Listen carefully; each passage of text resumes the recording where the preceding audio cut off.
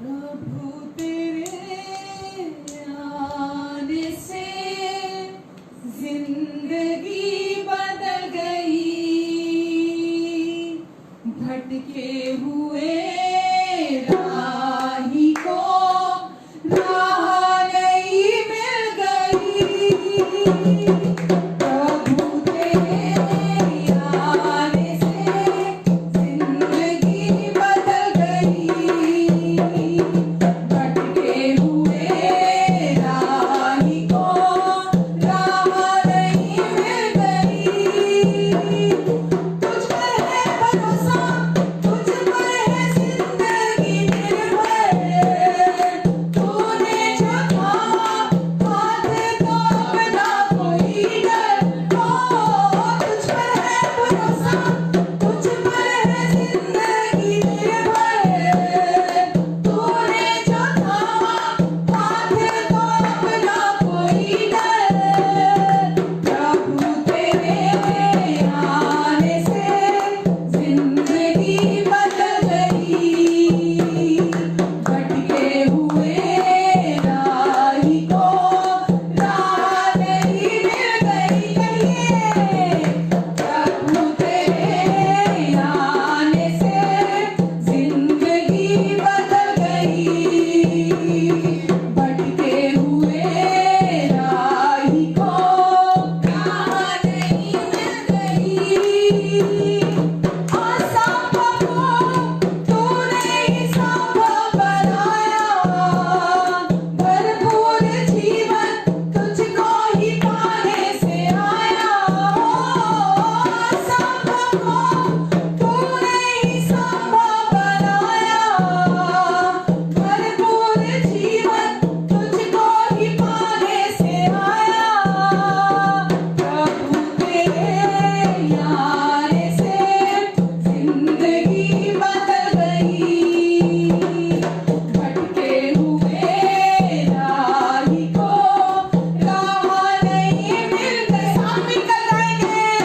प्रभु तेरे आने से जिंदगी बदल गई, भटके हुए राही को राह नई मिल गई। प्रभु तेरे आने से जिंदगी बदल गई, भटके हुए राही को राह नई मिल गई। यीशु तू मुझ में ही रहता, कुछ भी हो चाहे कुछ भी हो। यीशु तू मुझ में ही रहता, कुछ भी हो चाहे कुछ भी हो। कहिए यीशु तू मुझ में ही रहता, कुछ भी हो चाहे कुछ भी हो। यीशु तू मुझ में ही रहता, कुछ भी हो चाहे कुछ भी हो। तू मुझ में ही रहता, कुछ भी हो चाहे कुछ भी हो। कुछ भी हो चाहे कुछ भी हो, कुछ भी हो चाहे कुछ भी हो। कुछ भी हो चाहे कुछ भी हो, कुछ भी हो चाहे कुछ भी हो। आमेन, आमेन। हाँ प्रभु, आपके आने से जिंदगी बदल गई, और हर भटके हुए को जो इस संसार में सबके होते हुए, सब कुछ होते हुए भी इस धरती पर हम ऐसे थे जैसे अनाथ थे। हम भटके हुए राही को राह तूने दी, मंजिल दे दी। हमें पिता तक पहुंचा दिया, हमें पिता के साथ एक कर दिया, हमें हमेशा के लिए अपने साथ एक आत्मा कर जोड़ लिया, और अब हम हमेशा के लिए परमेश्वर के साथ एक हैं और परमेश्वर के सम्मुख सिद्धता से खड़े हैं। हालेलुया। और परमेश्वर ने हमें अपनी जय का मुकुट पहना दिया है। Hallelujah, hallelujah. हम धन्यवाद देते पिता आपको कि आपने अपने पुत्र यीशु में हमें संपूर्ण आजादी दे दी है। हालेलुया, हालेलुया, हालेलुया, यीशु। यीशु की जय। आपको मालूम है ना हालेलुया का अर्थ? हालेलुया का अर्थ है परमेश्वर जो स्वर्ग में है उनकी महिमा हो, स्तुति हो। आमेन। हालेलुया यीशु की जय, हालेलुया यीशु की जय। राजाओं के राजा की जय, प्रभुओं के प्रभु की जय, जय जय। हालेलुया यीशु की जय, हालेलुया यीशु की जय। राजाओं के राजा की जय, प्रभुओं के प्रभु की जय, जय जय। हालेलुया यीशु की जय, हालेलुया यीशु की जय। चंगा करने वाले की जय, सामर्थ देने वाले की जय, जय जय। हालेलुया यीशु की जय, हालेलुया, हालेलुया यीशु की जय। शांति देने वाले की जय, मुक्ति देने वाले की जय, जय जय। हालेलुया यीशु की जय, हालेलुया यीशु की जय। जय देने वाले की जय, आजादी देने वाले की जय, जय जय। हालेलुया यीशु की जय, हालेलुया यीशु की जय। दया देने वाले की जय, करुणा करने वाले की जय, जय जय। हालेलुया यीशु की जय, हालेलुया यीशु की जय। धार्मिकता देने वाले की जय, अनुग्रह करने वाले की जय, जय जय। हालेलुया यीशु की जय, हालेलुया यीशु की जय। प्रेम करने वाले की जय, प्रेम करने वाले की जय, जय जय। हालेलुया यीशु की जय, हालेलुया यीशु की जय, हालेलुया यीशु की जय, हालेलुया यीशु की जय। राजाओं के राजा की जय, प्रभुओं के प्रभु की जय, जय जय। हालेलुया यीशु की जय, हालेलुया यीशु की जय, हालेलुया यीशु की जय, हालेलुया यीशु की जय, हालेलुया यीशु की जय। शांति देने वाले की जय, आनंद देने वाले की जय, जय जय। हालेलुया यीशु की जय, हालेलुया यीशु की जय। आराम देने वाले की जय, विश्राम देने वाले की जय, जय जय। हालेलुया यीशु की जय, हालेलुया यीशु की जय, हालेलुया मेमने की जय, हालेलुया लहू की जय, हालेलुया पिता की जय, हालेलुया पवित्र आत्मा की जय। आमेन, आमेन, हालेलुया, हालेलुया। यीशु राजाओं का राजा है, प्रभुओं का प्रभु है हमारा प्रभु, और हम अपने राजाओं के राजा, अपने प्रभुओं के प्रभु की स्तुति करते हैं, प्रशंसा करते हैं, आराधना करते हैं, क्योंकि यीशु के समान कोई प्रेमी नहीं है, क्योंकि यीशु के समान कोई योग्य नहीं है। यीशु ने हमें हमेशा के लिए पाप से छुड़ाया, पाप की गुलामी से निकाला, पाप की गुलामी से आजाद किया हमें यीशु ने हमेशा के लिए। पाप की प्रभुता को हमारे जीवन से तोड़ा, पाप की गुलामी से हमें यीशु ने हमेशा के लिए आजाद किया, पाप की सामर्थ को हमारे जीवन से तोड़ा और हमें वास्तव में सच्ची आजादी हमें यीशु ने दी है। और अब परमेश्वर चाहते हैं हम स्तुति, प्रशंसा, आराधना, धन्यवाद हम उस आजादी के साथ हम परमेश्वर के सामने प्रस्तुत करें। परमेश्वर किसी आपकी स्तुति और आराधना के लिए नहीं है, क्योंकि वचन कहता है स्वर्ग में अनगिनत स्वर्गदूत हैं और वो परमेश्वर की हर समय स्तुति और आराधना करते हैं। परमेश्वर चाहते हैं कि हम जो उनके लहू से छुटकारा पाए हुए लोग हैं, आज हम अपनी उस फ्री विल का इस्तेमाल करते हुए, आज हम अपनी स्वतंत्र इच्छा का इस्तेमाल करते हुए हम परमेश्वर को अपनी स्वतंत्र इच्छा से धन्यवाद देते हैं, क्योंकि हमारा दिल धन्यवाद से भरा है। हम इसलिए स्तुति आराधना नहीं करते कि परमेश्वर चाहते हैं हम उनकी स्तुति आराधना करें। परमेश्वर की इच्छा ये नहीं है कि हम स्तुति आराधना करें।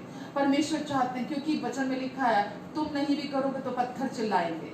तो क्योंकि पूरी सृष्टि परमेश्वर की महिमा को बयान करती है, प्रकट करती है, तो हम परमेश्वर की स्तुति और आराधना ये जानते हुए करते हैं कि वो कितने अच्छे हैं। हम परमेश्वर की स्तुति और आराधना ये समझते हुए करते हैं कि उनकी भलाई, उनकी करुणा और भलाई हमारे जीवन में सदा के लिए है। हम ये जानते हुए करते हैं कि यीशु ने सब काम क्रूस पर अपना लहू बहाकर पूरा कर दिया है और अब हम हमेशा के लिए परमेश्वर के विश्राम में बैठे हुए हैं। आमीन। हम ये जानते हुए स्तुति और आराधना करते हैं क्योंकि यीशु ने हमारे करने के लिए कुछ नहीं, कोई काम नहीं छोड़ा, पर विश्वास करने के लिए बहुत कुछ हमें दिया है। तो हम प्रभु की स्तुति करते हैं, प्रशंसा करते हैं, क्योंकि चंगाई आज हमें मिल गई है। हमें प्रभु यीशु ने हमें बहुतायत दे दी है, हमें हर स्वर्गीय आशीष दे दी है, हमें हर पिता का प्रॉमिस हाँ और आमीन के साथ पहले ही दे दिया है। प्रभु यीशु मसीह ने हमें हर गरीबी से, हर श्राप से छुड़ा लिया है। हमें परमेश्वर ने अपनी स्वीकृति दे दी है। परमेश्वर ने हमें यीशु के लहू से धोकर शुद्ध करके हमेशा के लिए सिद्ध ठहरा दिया है और हमें अपने साथ जोड़कर एक आत्मा कर लिया है और अपनी धार्मिकता हमें गिफ्ट में दे दी है। आमीन। हम ये सच्चाइयां आज जानते हैं, अपनी रियलिटी आज जानते हैं कि अब हम मसीह में कौन है। और जब हम ये जानते हैं, हमारा मुंह बिना स्तुति किए हमारा मुंह रुकता नहीं है। हमारा हृदय हर समय नए प्रेम के गीतों से उछलता है, भरा होता है। और हम खाली होठों से नहीं गाते हैं, या हम इसलिए नहीं करते कि अब हम यीशु में हैं, आओ हम प्रभु की स्तुति करें, आओ हम प्रभु की महिमा करें, आओ हम 2-4 गीत गा लें। ये स्तुति नहीं है, ये आराधना नहीं है। जब आप पूरे हृदय से ये समझने लगते हैं, ये विश्वास करने लगते हैं, ये जानने लगते हैं कि परमेश्वर ने आपको किस प्रेम से प्रेम किया है, अपने बिना शर्तों के प्रेम से प्रेम किया है, तो वो स्तुति आपके हृदय से फूटती है, आपके हृदय से निकलती है। आमीन। हालेलुया। हम धन्यवाद देते हैं पिता आपको आज की स्तुति आराधना के लिए। धन्यवाद परमेश्वर, आपने हमें आज फिर ये समय और मौका दिया ताकि हम एक बार फिर से आपके पास बैठें और आपके वचन को सुने और सीखें। आपके वचन में आपकी इच्छा है, आपका हृदय है, और हम आपके जब वचन को सुनते हैं, आपके हृदय की हर धड़कन को सुनते हैं। आपके वचन में हम आपके प्रेम को, आपकी शांति को, आपके अनुग्रह को सुनते हैं। और जब हम आपके प्रेम को, जो क्योंकि आपका हृदय हमारे प्रति प्रेम से, शांति से, अनुग्रह से, माफी के विचारों से भरा हुआ है, और जब हम उस वचन को सुनते हैं, हमारे जीवन में भी हम शांति में चलते हैं। पिता, हम आपको धन्यवाद देते हैं परमेश्वर कि आपने आज फिर हमें ये समय दिया ताकि हम फिर से आपसे सीख सकें। पवित्र आत्मा जी, आप हमारे साथ हैं, हम में हैं, आप सब कुछ को आप लीड कर रहे हैं, आगे भी आप ही लीड करें, और जो भी इच्छा है परमेश्वर की, जो भी उनका उद्देश्य है, वो हम में और हमारे द्वारा आप पूरा करें। धन्यवाद परमेश्वर। हर सुनने और देखने वाले को आपके अनुग्रहकारी हाथों के नीचे आप बनाकर रखेंगे, हर एक की समझ को आप खोलेंगे, हर एक के भीतर आपका वचन जब बोया जाए वो ग्रहण योग्य हो, हर हृदय यीशु के नाम से धन्यवाद पिता, आप अपने प्रेम को इन सब के जीवन में आज जाहिर करने जा रहे हैं, अपनी महिमा को प्रकट करने जा रहे हैं। आमेन, आमेन एंड आमेन। Hallelujah, hallelujah. एक बार फिर से आपका स्वागत करती हूँ पूरे हृदय से, क्योंकि आप परमेश्वर की बहुमूल्य संतान हैं, आप परमेश्वर की अनमोल संतान हैं। परमेश्वर आपसे बहुत प्यार करते हैं, क्योंकि परमेश्वर आपसे बहुत प्यार करते हैं, इसलिए मैं भी, हम पूरा परिवार आपसे बहुत प्यार करते हैं। आमेन। और आज फिर से हम इकट्ठा हुए हैं ताकि आज फिर से एक बार हम परमेश्वर के हृदय को जान सकें, परमेश्वर की सोच को, उनके विचारों को, उनकी इच्छा को, उनके उद्देश्य को अपने जीवन से हम जान सकें।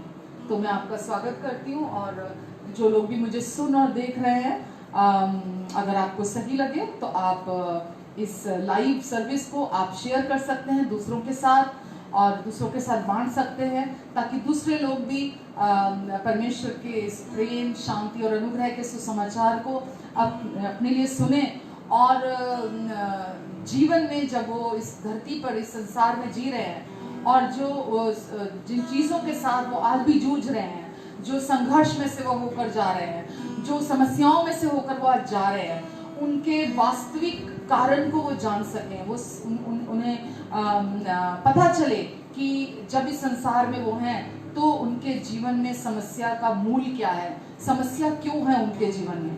तो मैं आपको फिर से याद दिलाना चाहूँगी कि अगर आप ये लाइव सर्विस को दूसरों के साथ अगर शेयर कर सकते हैं तो दूसरे भी इसके द्वारा आशीष पाएंगे, और दूसरे भी प्रभु यीशु मसीह के प्यार को, उनकी खूबसूरती को और उनके जीवन को अपने लिए ग्रहण कर सकते हैं। आमेन, हालेलुया, थैंक यू जितने लोगों ने आपने वचन को इस समय लाइव अपने फेसबुक पे शेयर किया है। गॉड ब्लेस यू, परमेश्वर आपको बहुत आशीष दे, क्योंकि आप और मैं, हम इस दुनिया में दूसरों के लिए आशीष का कारण है, और आपने जो शेयर किया तो आप दूसरों के लिए भी इस समय आशीष का कारण है। आमेन, और दूसरे आपके द्वारा आशीष पाने जा रहे हैं। Hallelujah, thank you. हम वचन में चलते हैं, और जैसा कि हम प्रभु के सुसमाचार से, प्रभु के वचन से हम सीख रहे हैं कि अब क्योंकि हमारा जीवन मसीह यीशु में है, इसलिए परमेश्वर का वचन स्पष्ट तौर पर कहता है, क्योंकि अब हम मसीह में हैं, इसलिए हम पर कोई भी दंड आज्ञा नहीं है। आमेन, क्योंकि अब हमारा जीवन मसीह यीशु में है। तो जो कोई भी व्यक्ति प्रभु यीशु मसीह के नाम पर विश्वास करता है, प्रभु यीशु मसीह के नाम को पुकारता है, परमेश्वर ये वायदा करते हैं, ये प्रॉमिस करते हैं कि क्योंकि अब आपने प्रभु यीशु मसीह के नाम को पुकारा है, आपने प्रभु यीशु मसीह के नाम पर विश्वास किया है, इसलिए कोई भी दंड आज्ञा अब आपके जीवन में नहीं है। परमेश्वर ने आपको हर दंड आज्ञा से आजाद कर दिया है। आमेन। फिर भी हम देखते हैं बहुत सारे लोग जो बॉर्न अगेन जिसको हम कहते हैं, प्रभु यीशु मसीह पर विश्वास करने के द्वारा जब हम नया जन्म प्राप्त करते हैं, वचन में लिखा है कि बिना नया जन्म पाए कोई भी परमेश्वर के राज्य में प्रवेश नहीं कर सकता। तो कोई भी व्यक्ति जब सुसमाचार को सुनता है, यीशु के प्रेम के, आनंद, शांति के, अनुग्रह के सुसमाचार को, तो वो परमेश्वर के राज्य में उसका नया जन्म होता है, और नया जन्म होने के बाद वो व्यक्ति पूरी रीति से नया हो जाता है। फिर वो पुराना इंसान नहीं रहता, वो पूरी रीति से नया इंसान बन जाता है। लेकिन नया जन्म पा लेने के बाद भी लोग फिर भी बंधुआई में जीते रहते हैं। लोग फिर भी अपने जीवन में बहुत सारी चीज़ों को समझ नहीं पाते कि उनके जीवन में जो कुछ भी वो आज समस्याएं देख रहे हैं, कहाँ वो खुद कम पड़ रहे हैं, वो समस्याएं उनके जीवन में आज भी अभी तक क्यों बनी हुई हैं, क्यों अभी तक उन समस्याओं से उन्हें छुटकारा नहीं मिला है। तो क्योंकि वो सच्चाई को पूरी रीति से नहीं जानते हैं, इस वजह से उनके जीवन में वो संघर्ष करते रहते हैं, उनके अंदर, उनके विचारों में वो युद्ध छिड़ा रहता है। और मैं ये जानती हूँ कि वो युद्ध बहुत ही पेनफुल है जब आपके अंदर चलता है। आप नहीं जब समझ पाते कि आपके साथ क्या हो रहा है, क्यों, क्योंकि आप अभी तक उस सच को नहीं जानते। इसीलिए वहां पर शैतान अपने झूठ को लेकर आता है, अपनी झूठ की जड़ों को वहां रखता है, और उसके झूठ को क्योंकि हम नहीं समझ पाते हैं, इसलिए हम उन्हीं अपने परिस्थितियों में, हालातों में हम बने रह जाते हैं। तो आज का वचन परमेश्वर हो सकता है आप अनुग्रह के वचन को पहले से ही सुन रहे हैं। परमेश्वर आज आपको भी पूरी रीति से आजादी देना चाहते हैं, और परमेश्वर चाहते हैं कि आप उन सारे झूठ से, जो झूठों में आज तक आप जीते आए हैं शैतान के, आप उन सारे झूठ से पूरी तरह से आजादी पाएं, छुटकारा पाएं, और आप जिस स्वतंत्रता के लिए मसीह यीशु ने आपको स्वतंत्र किया है, जैसा गलातियों 5:1 में लिखा है, उस स्वतंत्रता में आप चलें। वचन में लिखा है कि मसीह यीशु ने हमें स्वतंत्रता के लिए स्वतंत्र किया है, इसीलिए उसी में स्थिर बने रहो। तो प्रभु यीशु मसीह ने हमें स्वतंत्रता के लिए स्वतंत्र किया, यानी कि हमें व्यवस्था से छुड़ाया, अब व्यवस्था की पुरानी वाचा से छुड़ाया और हमें अनुग्रह की नई वाचा में लाकर स्थापित कर दिया, जो कि हमारी नई पहचान, हमारी धार्मिकता की वाचा है, अनुग्रह की वाचा है। तो वचन कहता है उसी में स्थिर बने रहो, उस स्वतंत्रता में जिसमें मसीह ने तुम्हें स्वतंत्र किया है। तो परमेश्वर चाहते हैं हम परमेश्वर के वचन की सच्चाई को जाने, समझें और उस स्वतंत्रता में हम बने रहें। जब हम उस स्वतंत्रता में बने रहते हैं तो हमारा जीवन कंप्लीटली, पूरे तौर पर हम ट्रांसफॉर्म देखते हैं, रूपांतरित देखते हैं। और रूपांतरित जीवन की और ही आज जो मेरा वचन है कि रूपांतरित जीवन आप कैसे पा सकते हैं अपने जीवन में। रूपांतरित का मतलब बाहरी तौर पर बदला हुआ जीवन नहीं होता कि हम बाहरी अपनी कोशिशों से, अपने मोटिव, हमारी शारीरिक कोशिशें या हमारे अपने मापदंड, हम उसके द्वारा बाहरी तौर पर हम मसीह जीवन को जिए, ये उसके विषय में नहीं है। मैं जिस जीवन की बात कर रही हूँ वो जीवन है संपूर्ण रीति से भीतर से बाहर का जीवन। पहले हम भीतर से उस वचन को अपने लिए, उस सच्चाई को, अनुग्रह की सच्चाई को अपने भीतर लेते हैं, समझते हैं पूरी रीति से, फिर वही जीवन, परमेश्वर का जीवन हमारे जीवन में, जो परमेश्वर का जीवन है, परमेश्वर उस जीवन को हमारे जीवन से प्रकट रूप में प्रकट करते हैं, उजागर करते हैं। आमीन। तो आज हम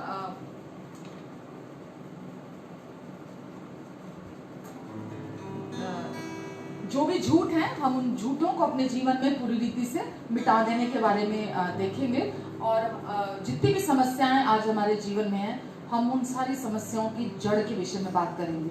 जो भी प्रॉब्लम्स, जो कुछ भी आज अपने जीवन में देख रहे हैं, हम उसकी जड़ के, उसके रूट पर जाएंगे, क्योंकि परमेश्वर चाहते हैं आप ये बात जाने कि जो दोष है वो मारता है, जो कंडमनेशन है वो वचन में लिखा है कंडमनेशन किल्स, दोष मारता है। और परमेश्वर चाहते हैं कि हम इसे अब अपने कलीसियाओं में गंभीरता से लें।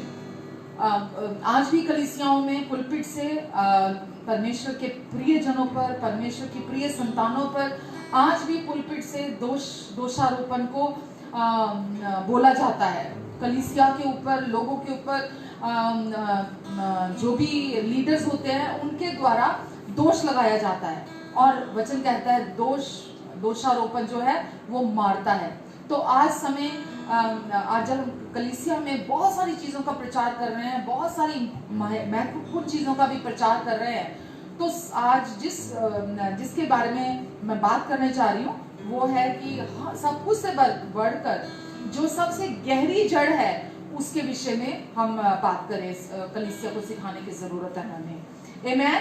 तो हमारे जीवन में जो भी हम समस्या देखते हैं, हमें लगता है ये मेरे जीवन से चली जाए ये समस्या तो मेरा जीवन ठीक हो जाएगा, मेरे जीवन से ये समस्या चली जाए तो मेरा जीवन ठीक हो जाएगा। हमें लगता है जो प्रॉब्लम्स हम अपने जीवन में देख रहे हैं, अगर ये ठीक हो जाए तो मेरा जीवन ठीक हो जाएगा।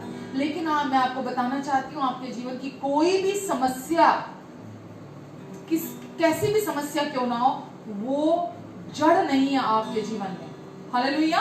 कोई भी समस्या जड़ नहीं है जो आप प्रकट रूप में अपने जीवन में, जो भी बुरे समयों को एक्सपीरियंस कर रहे हैं, बुरी चीजों को एक्सपीरियंस कर रहे हैं, वो जो दिखने वाली चीजें हैं वो जड़ नहीं है।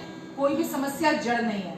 जैसा कि जब हम किसी पेड़ को देखते हैं, किसी वृक्ष को देखते हैं, और हम जब उस वृक्ष को बाहरी तौर पर बीमार देखते हैं, हम जब उस वृक्ष को देखते हैं कि उसके पत्ते जो हैं, उसके पत्तों पर कीड़ा है, उसके पत्तों में समस्या है, और उसमें जो फल आ रहे हैं उस पेड़ में, उस पेड़ के फल में भी कीड़ा है।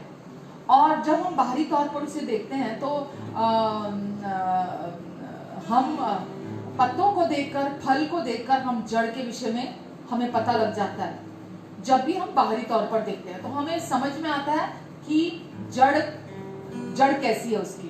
तो हम बाहरी तौर पर अगर पत्तों पर और फल पर अगर हम स्प्रे करते हैं तो वो समस्या के साथ हम डील करते हैं कि हम सोचते हैं कि हम अगर इसको स्प्रे करेंगे, बाहर से दवाई छिड़केंगे इसके ऊपर, तो वो पत्तों के ऊपर से और फल के ऊपर से या पेड़ में जो बाहरी तौर पर कीड़ा दिखाई दे रहा है या जो समस्या दिखाई दे रही है वो खत्म हो जाएगी। लेकिन वास्तविक जो समस्या है वो क्या है? जड़ है। तो बाहरी तौर पर आप कितना भी उस पर दवाइयां छिड़कते रहे, वो समस्या कभी नहीं जाती है। जब आप उस जड़ के साथ निपटते हैं, जब आप जड़ में स्प्रे करते हैं, दवाई डालते हैं, तो जो समस्या आपको बाहरी तौर पर दिखाई दे रही है वो समस्या फिर आप वहां पर नहीं देखते हैं। तो हमें किससे निपटने की जरूरत है? हमें जड़ से निपटने की जरूरत है। हमें जड़ में दवाई डालने की जरूरत होती है। जब हम जड़ में दवाई डालते हैं तो हमें पत्तों में और फल में वो समस्या फिर दिखाई नहीं देती। लेकिन बिना जड़ के जब आप पत्ते देखते हैं तो पत्तों की मदद से आप जड़ को समझ पाते हैं। पत्ते आपको जड़ की हालत के विषय में बताते हैं। तो ऐसे ही जब आप अपने जीवन में किसी बुरे दौर से होकर गुजर कर जा रहे होते हैं, आपने यीशु को भी स्वीकार कर लिया, आपने प्रभु को स्वीकार कर लिया अपने जीवन में, और आपका नया जन्म भी हो गया, लेकिन आप अपने जीवन में अभी भी उस बीमार पेड़ की तरह आप अपने जीवन में अभी भी बीमारी को देख रहे हैं, अभी भी कमजोरी को देख रहे हैं अपने जीवन में, अभी भी अपने जीवन में गरीबी के पत्ते देख रहे हैं, घटी के पत्ते देख रहे हैं, अभी भी आप अपने जीवन में तनाव के पत्ते देख रहे हैं। आप अपने जीवन में इन सब चीजों को जब देख रहे हैं तो आपको अब ये समझ में आता है कि बीमार डिप्रेशन है अगर आपके जीवन में, तो समस्या कहाँ है? समस्या, पत्ते आपको बता रहे हैं कि समस्या जड़ में है। आमीन? आप समझ रहे हैं? समस्या कहाँ है?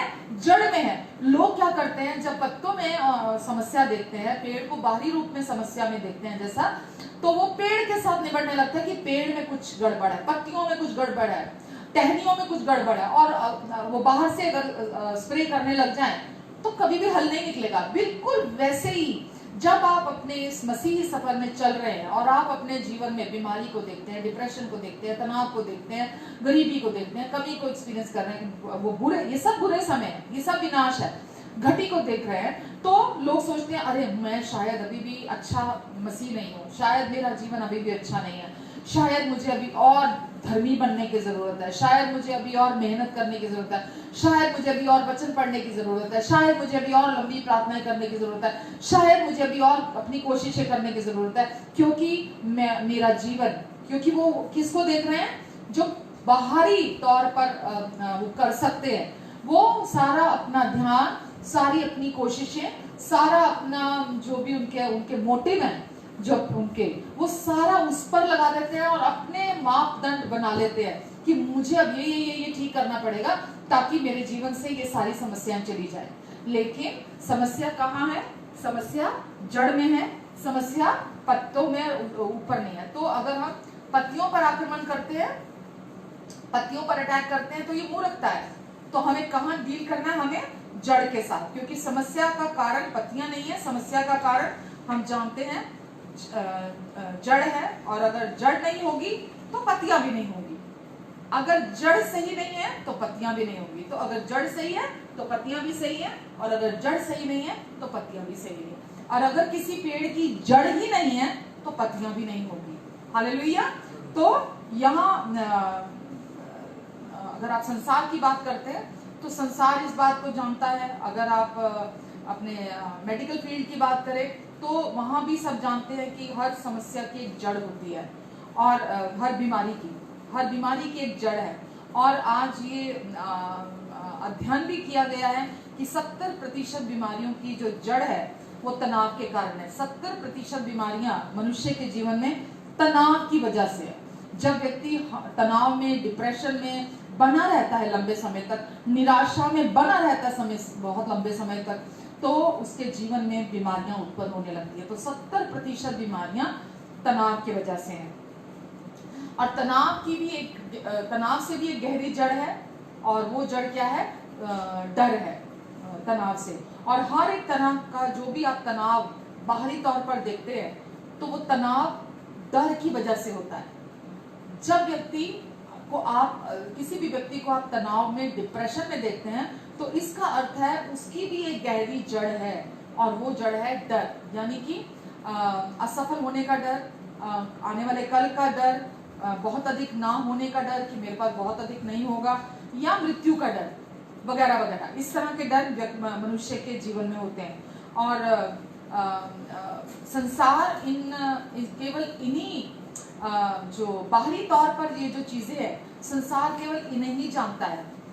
इनसे भी एक और गहरी जड़ है जो कि आत्मिक है, वो डॉक्टर नहीं जानते हैं। अगर आप डॉक्टर से जाकर बात करेंगे, वो इस आत्मिक सच को क्योंकि जानते नहीं है, तो वो इस सच को आपको कभी भी नहीं बता सकते। तो आज हम जिस जड़ की बात कर रहे हैं, वो तनाव से और उसके बाद डर से भी गहरी जड़ है। हालेलुया। तो जहां दोष होगा वहां डर होगा, जहां डर होगा वहां तनाव होगा, और जहां तनाव होगा वहां श्राप भी होगा। सुना आपने? जहां डर होगा वहां श्राप भी होगा। तो सबसे पहले कहां से शुरू हुआ? दोष आया। दोष जहां है वहां डर भी है, जहां डर है वहां तनाव है, जहां तनाव होगा वहां श्राप का प्रकटीकरण होगा। श्राप क्या है? पाप श्राप लेकर आता है, और श्राप हमारे जीवन में बीमारियां, गरीबी, घटी, या जैसा हम कह रहे हैं डर को और डिप्रेशन को, इन सारी चीजों को लेकर आता है। तो शुरुआत से लेकर जब आप देखते हैं, तो जड़ कहाँ आई है हमारे जीवन में? जड़ का परिणाम क्या आया है हमारे जीवन में? वो श्राप को लेकर आता है। तो हमारे जीवन में हम श्राप का वचन में लिखा है, व्यर्थ ही किसी पर श्राप यूं ही नहीं आ पड़ता। अब जब हम आशीषित है, तो हमारे जीवन में ऐसे ही श्राप नहीं आ जाता। हम हमेशा के लिए आशीषों के नीचे है। जब हम अपने जीवन में दोष को बनाए रखते हैं, जब हम अपने जीवन में दोष हमारे जड़ में रहता है, क्योंकि जड़ समस्या है, और हमारे जीवन की जड़ क्या है? दोष भावना। आपके और मेरे जीवन में अगर हम अपने जीवन में श्राप को अनुभव कर रहे हैं, तो इसका अर्थ यह है कि अभी भी सबसे गहरी जड़ जो कि दोष है, हमने उसके साथ नहीं डील किया है। तो परमेश्वर हमें दिखाते हैं कि सबसे गहरी जड़ हमारे जीवन में, अगर हम चाहते हैं गरीबी से छुटकारा पाना, अगर हम चाहते हैं घटी से छुटकारा पाना, अगर हम चाहते हैं बीमारी से छुटकारा पाना, अगर हम चाहते हैं अपने जीवन में डिप्रेशन से छुटकारा पाना, तनाव से छुटकारा पाना, किसी भी ऐसी समस्या से जो भी हमारे जीवन में है, हम छुटकारा पाना चाहते हैं, या आप कह सकते हैं आपकी शादी है, आपकी शादी में समस्या है, आपके बच्चों के जीवन में कोई समस्या है, कोई भी आपका क्षेत्र है, आप इन जब समस्याओं से छुटकारा पाना चाहते हैं, तो आपको ये समझना होगा कि वहां गहरी जड़ में अभी भी दोष बना हुआ है। क्यों? आपकी पत्नियां बता रही हैं कि वहां अभी भी दोषारोपण है। तो आपको मैं वचन से इस जड़ के विषय में बताना चाहूंगी, और उत्पत्ति जो कि सबसे आरंभ की पुस्तक है, मैं आपको उत्पत्ति से दिखाना चाहूंगी कि जब परमेश्वर ने उत्पत्ति में, अगर हम देखते हैं तो जब आदम को बनाया, पहले अध्याय में लिखा है, तो परमेश्वर ने जब उसे बनाया, तो परमेश्वर ने उसे अपने पूरा हुए कार्य के बीचों बीच रखा। परमेश्वर ने सब काम उसके लिए पूरा कर दिया, और परमेश्वर ने उसे उस पूरा हुए कार्य में रखा। उसके लिए पहले ही जो भी उसे चाहिए था सब कुछ तैयार कर दिया था परमेश्वर ने, और सब कुछ तैयार करके उसे अपने उस पूरा हुए कार्य के बीच में रखा। और परमेश्वर ने लिखा आगे वचन में, लेकिन शैतान वहां आता है, और शैतान आकर उन्हें वहां कहता है कि अभी भी तुझे कुछ करना होगा। हव्वा को आकर बहकाता है, और जबकि सब कुछ पहले से ही परमेश्वर ने उनके लिए तैयार किया हुआ था, उनमें किसी चीज की कोई कमी और घटी नहीं थी, फिर भी वो उसे कहता है कि अभी भी तुझे बहकाता है, और कहता है अभी भी तुझे कुछ चीजों के लिए योग्य होने के लिए तुझे कुछ करना पड़ेगा, तुझे कुछ कोशिश करनी पड़ेगी योग्य होने के लिए, जबकि वो पहले से ही सब कुछ के योग्य था। तो उसने, शैतान ने उसकी पहचान पर आक्रमण किया। पहले से ही वो परमेश्वर के समान था और पहले से ही वो सभी चीजों के योग्य ठहरा दिया गया था। उसमें कोई घटी नहीं थी, वो बिल्कुल परमेश्वर जैसा था और सारी चीजों पर परमेश्वर ने उसे शासक बनाया था और हर चीज पर उसे परमेश्वर ने अधिकारी बनाया था।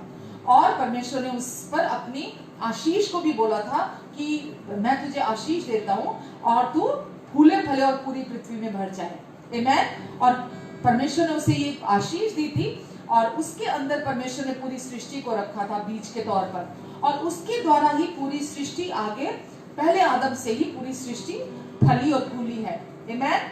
शैतान ने उत्पत्ति 3 के 4 और 4 से 5 में लिखा है, अगर आप देखते हैं, शैतान हवा से कहता है कि तू, परमेश्वर ने कहा था जिस दिन तू इस वृक्ष के फल में से खाएगा तो तू निश्चय ही मर जाएगा। परमेश्वर ने ये आदम को एक अच्छे और प्रेमी पिता, अनुग्रहकारी पिता के तौर पर ये सलाह दी थी कि जिस दिन तू उस वृक्ष के फल में से खाएगा तू निश्चय ही मर जाएगा। लेकिन शैतान आकर उसे कहता है कि तू निश्चय ही नहीं मरेगा, क्योंकि परमेश्वर आप ही जानता है कि जिस दिन तू उस वृक्ष के फल में से खाएगा तेरी आंखें खुल जाएंगी और तू परमेश्वर के समान हो जाएगा। वो कहता है क्योंकि परमेश्वर आप ही जानता है और उसने तुझसे ये छिपा कर रखा है, क्योंकि परमेश्वर आप ही जानता है कि जिस दिन तू उस वृक्ष के फल में से खाएगा तेरी आंखें खुल जाएंगी। इसीलिए परमेश्वर ने तुझे कहा कि तू इस भले और बुरे के ज्ञान के वृक्ष में से मत खाना, क्योंकि परमेश्वर आप ही जानता है। परमेश्वर ने उन्हें पूरे वाटिका के ऊपर अधिकार दिया था और वो वाटिका के हर वृक्ष में से बेखटके खा सकता था, आदम और हव्वा दोनों। और परमेश्वर ने उन्हें ये हिदायत दी थी कि वाटिका के बीचों बीच जो वृक्ष है भले और बुरे के ज्ञान का, केवल उसके फल में से मत खाना, भले और बुरे के ज्ञान के वृक्ष में से मत खाना। बाकी तुम वाटिका के सारे वृक्षों के फल में से बेखटके खा सकते हो, और क्योंकि जिस दिन तुमने उसके फल में से खाया तो तुम निश्चय ही मर जाओगे। और वो आकर कहता है कि तुम निश्चय नहीं मरोगे, नहीं मरोगे। शैतान आकर झूठ बोलता है, उनकी पहचान पर आक्रमण करता है कि तुम निश्चय, मैं तुम्हें कहता हूं कि तुम निश्चय नहीं मरोगे। और क्योंकि परमेश्वर आप ही जानता है कि जिस दिन तुमने उस वृक्ष का फल खाया तो तुम्हारी आंख खुल जाएगी और तू परमेश्वर के समान हो जाएगा। देखा आपने, और तेरी आंख खुल जाएगी और तू परमेश्वर के समान हो जाएगा। उसने वो जो पहले से वो थे और जो पहले से ही परमेश्वर ने उन्हें बना दिया था, परमेश्वर ने जो कुछ उन्हें पहले से ही सब कुछ के योग्य ठहरा दिया था, शैतान ने आकर उन्हें भरमाया और आकर क्या कहा कि तू अगर खाएगा तो तू भले और वृक्ष में से तो तू परमेश्वर के समान हो जाएगा। हालेलुया। और तुझे भले और बुरे का ज्ञान हो जाएगा। किस मकसद से खाने को कहा कि जब तू, क्योंकि इसीलिए उसने उकसाया कि एक इसी में से मना किया परमेश्वर ने, लेकिन परमेश्वर ने इस मकसद से मना किया है। परमेश्वर इतने भी अच्छे नहीं है, वो इतने भी प्रेमी नहीं है, एक मकसद से मना किया है। तो परमेश्वर ने इसलिए मना किया ताकि भले और बुरे का ज्ञान तू ना पा सके, तुझे ना हो सके, क्योंकि जिस दिन तू खाएगा तुझे उसका ज्ञान हो जाएगा। हालेलुया। जबकि वो परमेश्वर के जैसा था और उसने फिर भी झूठ पर विश्वास किया, और बाइबल कहती है जैसे उसने वो फल खाया उसका पतन हो गया और पतन के वजह से श्राप आ गया। परमेश्वर ने उन्हें श्रापित नहीं किया, परमेश्वर ने उन्हें आगाह किया था, लेकिन और क्योंकि परमेश्वर जानते थे कि अगर उसने ऐसा खाया तो उसके ये परिणाम होंगे, तो उसने बहकावे में आके पहले वो फल खाया, फिर उनका पतन हुआ, और जब पतन हुआ पतन की वजह से श्राप आया। हालेलुया। इससे पहले कि वहां गरीबी आती, बीमारी आती या आदम के जीवन में शारीरिक मृत्यु आती, इससे पहले कि उनके जीवन में गरीबी आती, अदन की वाटिका में कोई गरीबी नहीं थी, कोई तनाव नहीं था वहां पर। उनके जब तक वो परमेश्वर के महिमा में कवर थे, परमेश्वर के कहे के अनुसार चल रहे थे, तो वहाँ कोई गरीबी, कोई घटी, कोई बीमारी नहीं थी। और परमेश्वर ने का इरादा उनके लिए कभी भी मृत्यु का नहीं था। परमेश्वर ने उन्हें मरने के लिए नहीं बनाया था, लेकिन पाप का परिणाम उनके जीवन में ये हुआ। और इससे पहले कि गरीबी आती, घटी आती, बीमारी आती या आदम शारीरिक तौर पर मरता, ये सब बाद में हुआ। इन सब से पहले उसके जीवन में तनाव आया।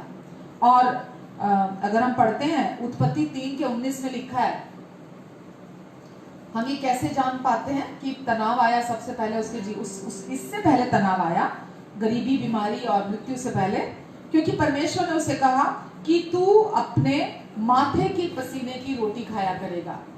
तू अपने माथे के पसीने की रोटी खाया करेगा। और पसीना हम सब जानते हैं, पसीना क्या है? तनाव और हमारी स्वयं की कोशिशें। पसीना ये दो चीजों को दिखाता है, तनाव और हमारी स्वयं की कोशिशों के विषय में। लेकिन अगर आप और गहरे में जाएंगे, तनाव से भी गहराई, तनाव से भी और गहरे में जाएंगे, तो वहां क्या था? वहां पहले डर आया। तनाव से पहले डर आया। उत्पत्ति 3:10 में लिखा है, अगर आप वचन में देखते हैं, जब परमेश्वर ने आदम से पूछा, जब परमेश्वर, क्योंकि प्रतिदिन आदम और हव्वा से अदन की वाटिका में शाम के ठंडे समय में मिलने आया करते थे, और जैसे ही परमेश्वर प्रतिदिन के समान उस दिन आए, तो लिखा है परमेश्वर ने जब आदम से पूछा, वहां नहीं देखा कि वो वहां नहीं है। पहले वो वहां फ्रीली घूम रहे होते, आनंद के साथ वहां खुशी से घूम रहे होते थे दोनों। और अब परमेश्वर ने जब उन्हें वहां नहीं पाया, तो परमेश्वर ने कहा, तू कहाँ है? परमेश्वर ने उससे पूछा, आदम, आदम तू कहाँ है? तो आदम ने कहा, बगीचे में तेरी आवाज सुनकर मैं डर गया था। बगीचे में मैं तेरी आवाज सुनकर, सुना आपने, डर गया था, क्योंकि मैं नग्न था, इसलिए छिप गया था। हालेलुया। तो उसने खुद ही कहा, जब कहा कि मैं तेरी आवाज सुनकर डर गया था। पहले परमेश्वर प्रतिदिन आते थे, वो परमेश्वर की आवाज सुनकर कभी डरा नहीं था, क्योंकि परमेश्वर ने उसके लिए सब कुछ बनाया, सब कुछ तैयार किया। उसको अपने विश्राम के बीच में परमेश्वर ने रखा, उसे हर चीज पर शासक बनाया, उसको हर चीज के ऊपर अधिकार दिया, सब कुछ उसके हाथों में कर दिया परमेश्वर ने। और परमेश्वर के साथ, परमेश्वर वचन में लिखा, परमेश्वर प्रतिदिन उसके साथ संगति करते थे। और परमेश्वर ने उसे अपने स्वरूप और समानता में बनाया था। वो बिल्कुल परमेश्वर जैसा था। परमेश्वर ने उसे हर वस्तु के योग्य ठहराया था। और उस दिन परमेश्वर की आवाज, जब वो, क्योंकि उसने उस फल में से खाया था जो परमेश्वर ने मना किया था, और जैसे उस फल में से खाया, डर उसके अंदर प्रवेश कर गया, और उसने वो डर गया, क्योंकि वो डर से भरा हुआ था। और अब हमने यहाँ देखा, इससे पहले कि तनाव आता, तनाव से पहले वहां उसकी गहरी जड़ क्या है? वो डर में था। तो उससे गहरी जड़ है डर। और इससे पहले कि वो डर से भरता, उसने उससे पहले दोषी महसूस किया कि अब मैंने गलत कर दिया, मैंने एक वृक्ष का फल खा लिया, अब परमेश्वर क्रोध करेंगे, अब परमेश्वर मुझ पर गुस्सा करेंगे, मैंने गलती कर दी है। अब वो पछता रहा था कि मैंने ऐसा गलत कर दिया है, और अब वो अपने पर दोष लगा रहा था, और दोष की वजह से उसके जीवन में डर आया था। तो डर से भी गहरी जड़ क्या थी? दोषी महसूस कर रहा था, इसीलिए वो डर गया था और शर्मिंदा था। डर और शर्मिंदा दोनों एक ही है। तो वो इसीलिए डर गया था और शर्मिंदा हो रहा था। तो व्यवस्था मनुष्य पर दोष लगाती है। व्यवस्था यानी कि जब आप ये सुनते हैं, परमेश्वर से सुना कि तू ये ना करना, और उसने वो किया, और जब उसने वो किया तो वो उसके अंदर दोष भावना को लेकर आई वो चीज। हालेलुया। तो आदम ने वहां दोषी महसूस क्यों किया? क्योंकि उसने भले और बुरे के वृक्ष में से खाया था। क्यों वो दोषी महसूस किया? क्योंकि उसने, परमेश्वर ने जिस वृक्ष के फल को खाने से मना किया था, उसने उसी वृक्ष के फल में से खाया, और उसने दोषी महसूस किया। वो वृक्ष बुराई के ज्ञान का वृक्ष नहीं था, वो वृक्ष पाप के ज्ञान का वृक्ष नहीं था। सुन रहे हैं आप? वो वृक्ष भले और बुरे के ज्ञान का वृक्ष था। हालेलुया। उसने भले और बुरे के ज्ञान के वृक्ष में से खाया। तो फिर ये कैसे पाप हुआ, कैसे पाप बना? भले और बुरे के ज्ञान के वृक्ष में से खाना। भले और बुरे के ज्ञान का जो वृक्ष है, ये व्यवस्था की तस्वीर है। जो सबसे पहली व्यवस्था दी गई अदन की वाटिका में, वो भले और बुरे का ज्ञान उसकी तस्वीर है। और क्योंकि व्यवस्था हमें भले और बुरे के ज्ञान की समझ देती है, व्यवस्था हमें भले और बुरे के ज्ञान की समझ देती है। बाइबल कहती है, रोमियो 3 का जो 20 पढ़ते हैं हम, उसका आखिरी हिस्सा लिखा है, व्यवस्था के द्वारा पाप की पहचान होती है। व्यवस्था के द्वारा पाप की पहचान होती है। तो आज लोग जैसा वचन बता रहा हमें कि व्यवस्था के द्वारा पाप की पहचान होती है, और आज बहुत ही हर जगह पर मुझे बहुत दुख के साथ कहना पड़ता है कि तकरीबन जो प्रचार हो रहा है वो व्यवस्था का प्रचार लोग कर रहे हैं। और लोग कहते हैं कि जब तक व्यवस्था का प्रचार नहीं करेंगे, हम व्यवस्था की लाठी लोगों पर नहीं चलाएंगे, लोगों का जीवन नहीं बदलेगा। और वो लोगों को व्यवस्था का प्रचार कर रहे हैं। और बाइबल कहती है व्यवस्था के द्वारा पाप की पहचान होती है। तो व्यवस्था परमेश्वर ने इसलिए नहीं दी थी कि मनुष्य व्यवस्था के अनुसार जिए। सुन रहे हैं आप? परमेश्वर ने व्यवस्था इसलिए नहीं दी थी कि मनुष्य व्यवस्था के अनुसार जिए, या मनुष्य अपनी कोशिशों के द्वारा व्यवस्था को पूरा करे, अपनी मानवीय स्ट्रेंथ के द्वारा, अपनी ह्यूमन स्ट्रेंथ से, अपनी मानवीय क्षमता के द्वारा व्यवस्था को पूरा करे। या परमेश्वर नहीं ये नहीं दी कि मनुष्य अपने आप को व्यवस्था के द्वारा पवित्र करे। तो व्यवस्था इस इरादे से नहीं दी गई। व्यवस्था परमेश्वर ने दी ताकि मनुष्य ये जाने कि वो पाप की अवस्था में बना हुआ है। मनुष्य पाप की अवस्था में है, वो हेल्पलेसनेस की जगह पर है, और वो ये जान सके कि उसे एक उद्धारकर्ता की जरूरत है। उसे उस पाप की अवस्था से बाहर निकालने के लिए, पाप के स्टेट से, पाप की स्थिति से उसको बाहर निकलने के लिए, हमेशा के लिए, और वहां से छुटकारा पाने के लिए उसे एक उद्धारकर्ता की जरूरत है। और यीशु आए ताकि हमें व्यवस्था से छुड़ा सके। बाइबल कहती है जो पाप से अज्ञात था उसे ही परमेश्वर ने हमारे लिए पाप ठहराया, ताकि उसमें होकर हम परमेश्वर की धार्मिकता बन जाएं। वचन में लिखा है कि प्रभु यीशु मसीह हमारे लिए क्रूस पर श्रापित हुए, ताकि यीशु में होकर हम परमेश्वर की जो ओरिजिनल जो आशीषें हैं, हम परमेश्वर की सारी आशीषों को अपने जीवन में पा सकें। लेकिन जो दोषारोपण है, जो दोष भावना है, वो हमारे जीवन से सारी आशीषों को प्रतिदिन चुरा लेती है। समझ रहे हैं आप कि दोष जो हम अपने जीवन पर जब बने रहते हैं उस दोष के साथ, वो हमारे जीवन से परमेश्वर की आशीषों को चुरा लेती है। हालेलुया। और हम जानते हैं कि व्यवस्था पाप की पहचान के विषय की समझ को लेकर आती है।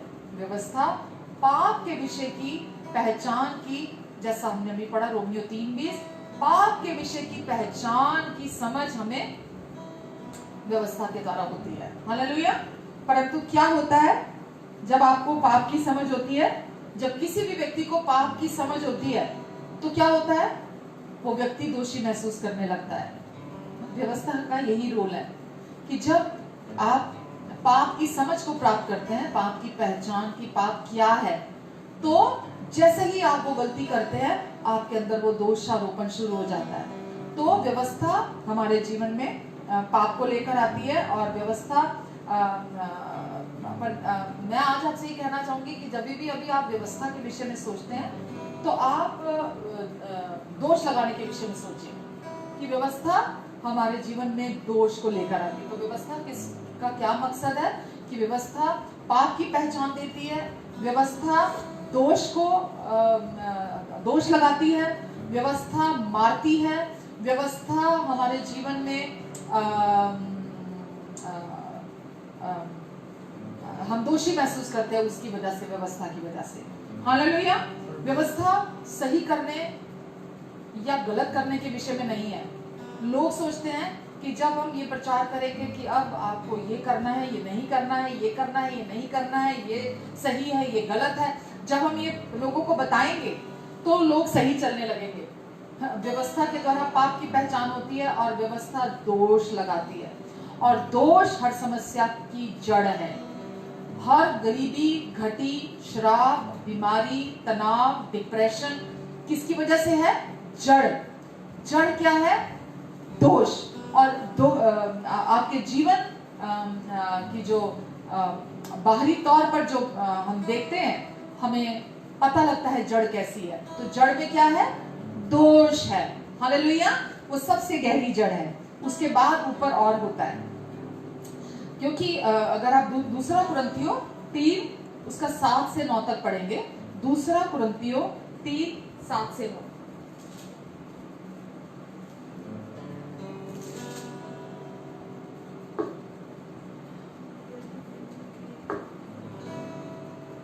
इसमें लिखा है, यदि मृत्यु की वह वाचा जिसके अक्षर पत्थरों पर खोदे गए थे, किसकी पत्थरों पर क्या खोदी गई थी? व्यवस्था, 10 आज्ञाएं। तो 10 आज्ञाएं क्या है? मृत्यु की वाचा। लिखा है, यदि मृत्यु की वह वाचा जिसके अक्षर पत्थरों पर खोदे गए थे, यहां तक तेजोमय हुए कि मूसा के मुंह पर के तेज के कारण जो घटता भी जाता था, परमेश्वर के जो लोग थे उसके मुंह पर, इजरायली मुंह पर दृष्टि नहीं कर सकते थे, तो आत्मा की वाचा और भी तेजों में क्यों ना होगी। आत्मा की वाचा कौन सी है? नई वाचा। पुरानी वाचा, पुरानी व्यवस्था की, पुराने नियम की, पुरानी व्यवस्था की वाचा जो मृत्यु की वाचा थी, और उसके कंपैरिजन में यहाँ परमेश्वर बोल रहे हैं, अभी हम उस पुरानी वाचा के अधीन है, अब हम नई वाचा के अधीन है। तो वो नई वाचा, आत्मा की वाचा और भी तेजों में क्यों ना होगी, क्योंकि जब दोषी ठहराने वाली वाचा तेजों में थी, जब दोषी ठहराने वाली वाचा, व्यवस्था क्या करती है? दोष लगाती है। तो जब दोषी ठहराने वाली वाचा तेजों में थी, तो धर्मी ठहराने वाली वाचा और भी तेजों में क्यों ना होगी। तो धर्मी ठहराने वाली वाचा, नई वाचा क्या है? जो हमें धर्मी ठहराती है, जो धार्मिकता गिफ्ट में देती है, जो परमेश्वर की अपनी धार्मिकता है। और परमेश्वर अपनी धार्मिकता जब हमें देते हैं, तो परमेश्वर की धार्मिकता हमारे जीवन में फल को उत्पन्न करती है। हमारे जीवन में हम परमेश्वर की आशीषों को अपने जीवन में ग्रहण करते हैं। पुरानी वाचा जो मृत्यु की वाचा थी, जो दोष लगाने वाली वाचा थी, वो हमारे जीवन में श्राप को उत्पन्न करती थी। या तो व्यक्ति उस सारी वाचा को अपनी स्ट्रेंथ के साथ पूरा करे, पर बाइबल कहती है कोई व्यक्ति नहीं कर पाया, कोई भी व्यक्ति नहीं कर पाया। तो परमेश्वर ने इसीलिए अपने पुत्र को, यीशु को उद्धारकर्ता बनाकर इस जगत में भेजा, ताकि इस नई वाचा को स्थापित कर सके उस पुरानी वाचा के स्थान पर। तो पुरानी वाचा जो थी वो मृत्यु की वाचा थी और वो दोष लगाने वाली थी। तो व्यवस्था क्या करती है? व्यवस्था दोष लगाती है हमारे जीवन पर। तो शैतान बहुत तेज है और वो अपना हथियार बहुत अच्छे से इस्तेमाल करना जानता है, वो अपनी चालें बहुत अच्छे से करना जानता है। तो लोग कहते हैं, अरे मेरे जीवन की समस्या व्यवस्था कैसे हो गई? जो मेरे जीवन में इतनी समस्याएं हैं, मैं गरीब हूँ, मैं रोगी हूँ, मैं बीमार हूँ, मैं घटी में हूँ, मैं तनाव में हूँ, मैं डिप्रेशन में, तो व्यवस्था कैसे जिम्मेवार हो गई मेरे जीवन में? व्यवस्था को कैसे मैं दोषी ठहरा सकता हूँ? मैं आपको बताना चाहूंगी, शैतान हर एक मनोचिकित्सक, हर एक इस धरती के मनोवैज्ञानिक से बहुत तेज है। शैतान इस धरती के हर एक वकील से बहुत तेज है। सारे दुनिया के वकील आप एक तरफ खड़ा कर दें, सारे दुनिया के आप मनोचिकित्सक, मनोवैज्ञानिक आप एक तरफ खड़ा कर दें, वो उन सब से बहुत तेज है। जैसा बहुत सारे विश्वासी जो व्यवस्था को का पालन करते हैं, वो सोचते हैं वो बहुत तेज हैं, वो आपसे बहुत तेज है। हालेलुया। तो परमेश्वर हमें बताना चाहते हैं कि शैतान कभी भी ऊपरी सतह में काम नहीं करता, वो ऊपरी सतह पर काम नहीं करता, वो सबसे जो गहरी जड़ है हमारे जीवन में, वो वहां काम करता है। आप जानते हैं शैतान का पहला नाम क्या है? शैतान का पहला नाम चोर नहीं है, हत्यारा नहीं है, जबकि वचन में लिखा है कि चोर आता है चोरी करने, घात करने, हत्या करने, लेकिन उसका पहला नाम चोर नहीं है, हत्यारा नहीं है, उसका पहला नाम शैतान है। और इब्रानी में शैतान का जो अनुवाद है, इब्रानी में शैतान का जो अर्थ है, उसका अर्थ है दोष लगाने वाला, और व्यवस्था का दोष लगाने वाला उसका अर्थ है शैतान के नाम का। तो इस्तेमाल किया जाता है। और जब आप जानते हैं कि दोष लगाने वाला जो प्रोसिक्यूटर होता है, जो अदालत में होता है, उसका एक ही मकसद होता है कि वो कैसे भी करके सामने वाली पार्टी पर दोष लगाए, और तब तक दोष लगाता रहे जब तक कोर्ट में ये विश्वास ना हो जाए कि वो बंदा अपराधी है। तो उसका काम है, वो तब तक दोष लगाता रहता है। तो उसका जो काम है, उसका जो नेचर ऑफ जॉब है, वो यही है, दोषी ठहराने के लिए वो वहां है सामने वाले को।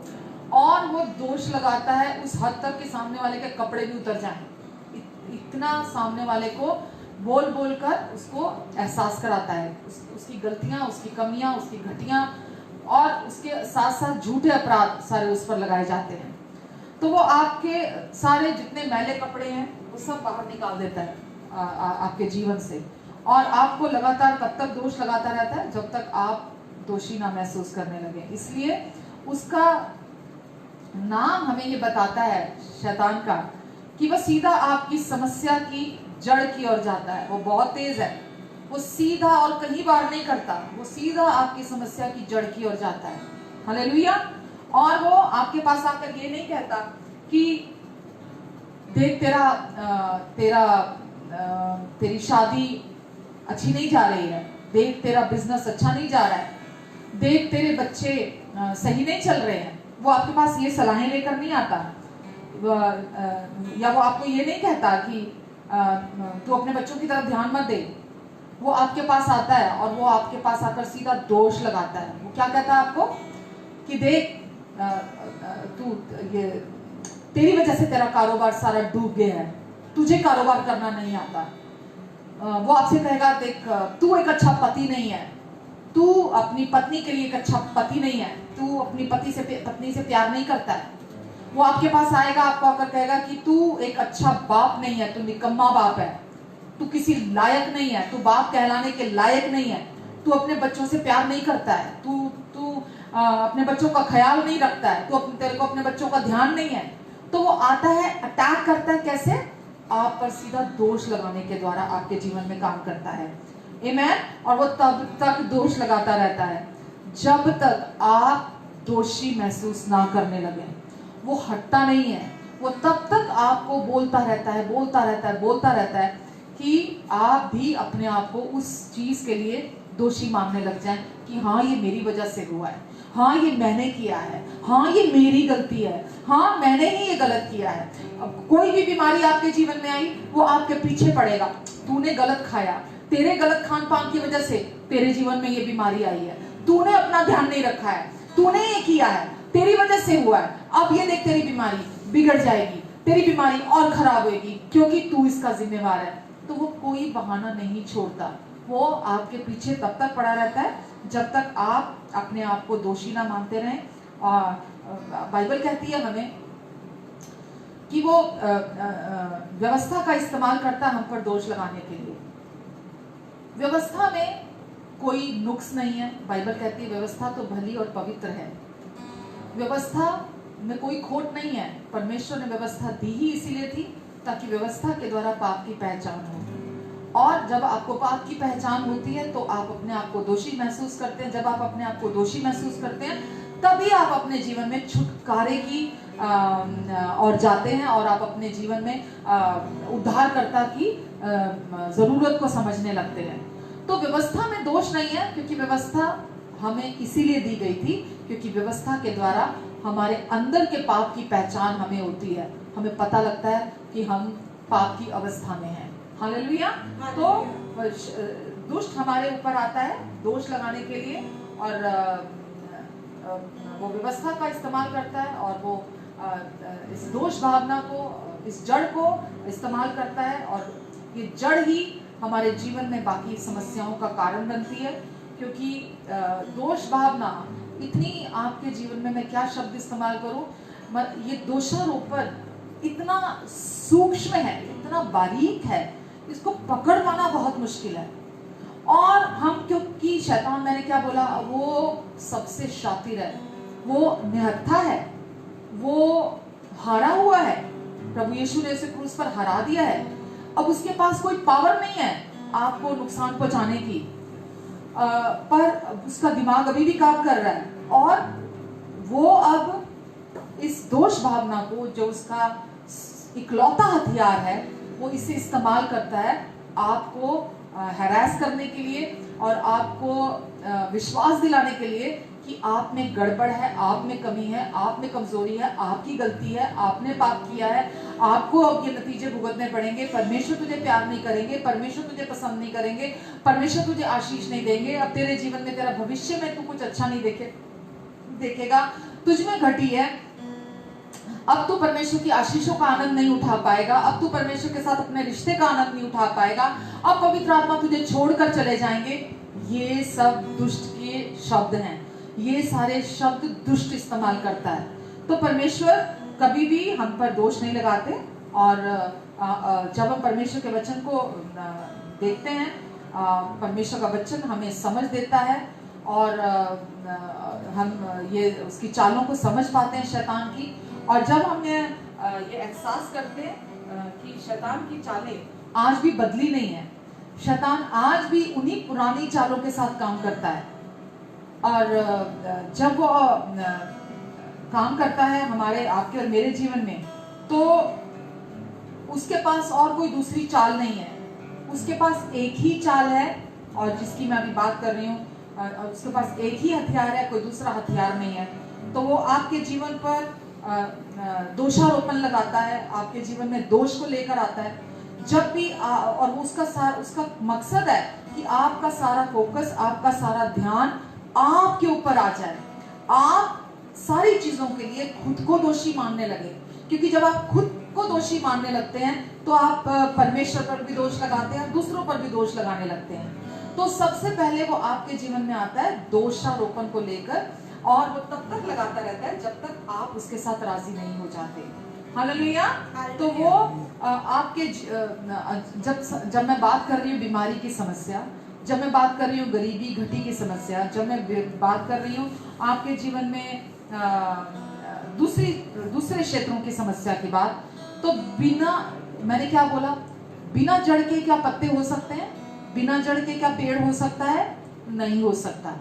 लेकिन जब वो आपके मन में उस दोष की जड़ को रोपने में सफल हो जाता है, आप उसके साथ राजी हो जाते हैं, आप उसके विचारों के साथ हामी भरते हैं कि हाँ मेरी गलती है, हाँ मैं अच्छा पिता नहीं हूँ, हाँ मैं अच्छा पति नहीं हूँ, हाँ मैं अच्छा बेटा नहीं हूँ, हाँ मैं अच्छा इंसान नहीं हूँ, हाँ मेरी गलती है, हाँ मैं फेलियर हूँ, हाँ मैंने गलत किया है, हाँ मैंने गुनाह किया है, हाँ मैंने पास्ट में गलत किया। आपको पता है, जो जब भी आप गिल्ट महसूस करते हैं तो आप अभी भी अपने आप को अपनी पास्ट की गलतियों के लिए जिम्मेवार मान रहे होते हैं। जब भी आप गिल्ट में होते हैं तो गिल्ट आपके जीवन में रिग्रेट को लेकर आता है। रिग्रेट का मतलब पछतावा, और पछतावा आपके जीवन में मृत्यु दंड को लेकर आता है।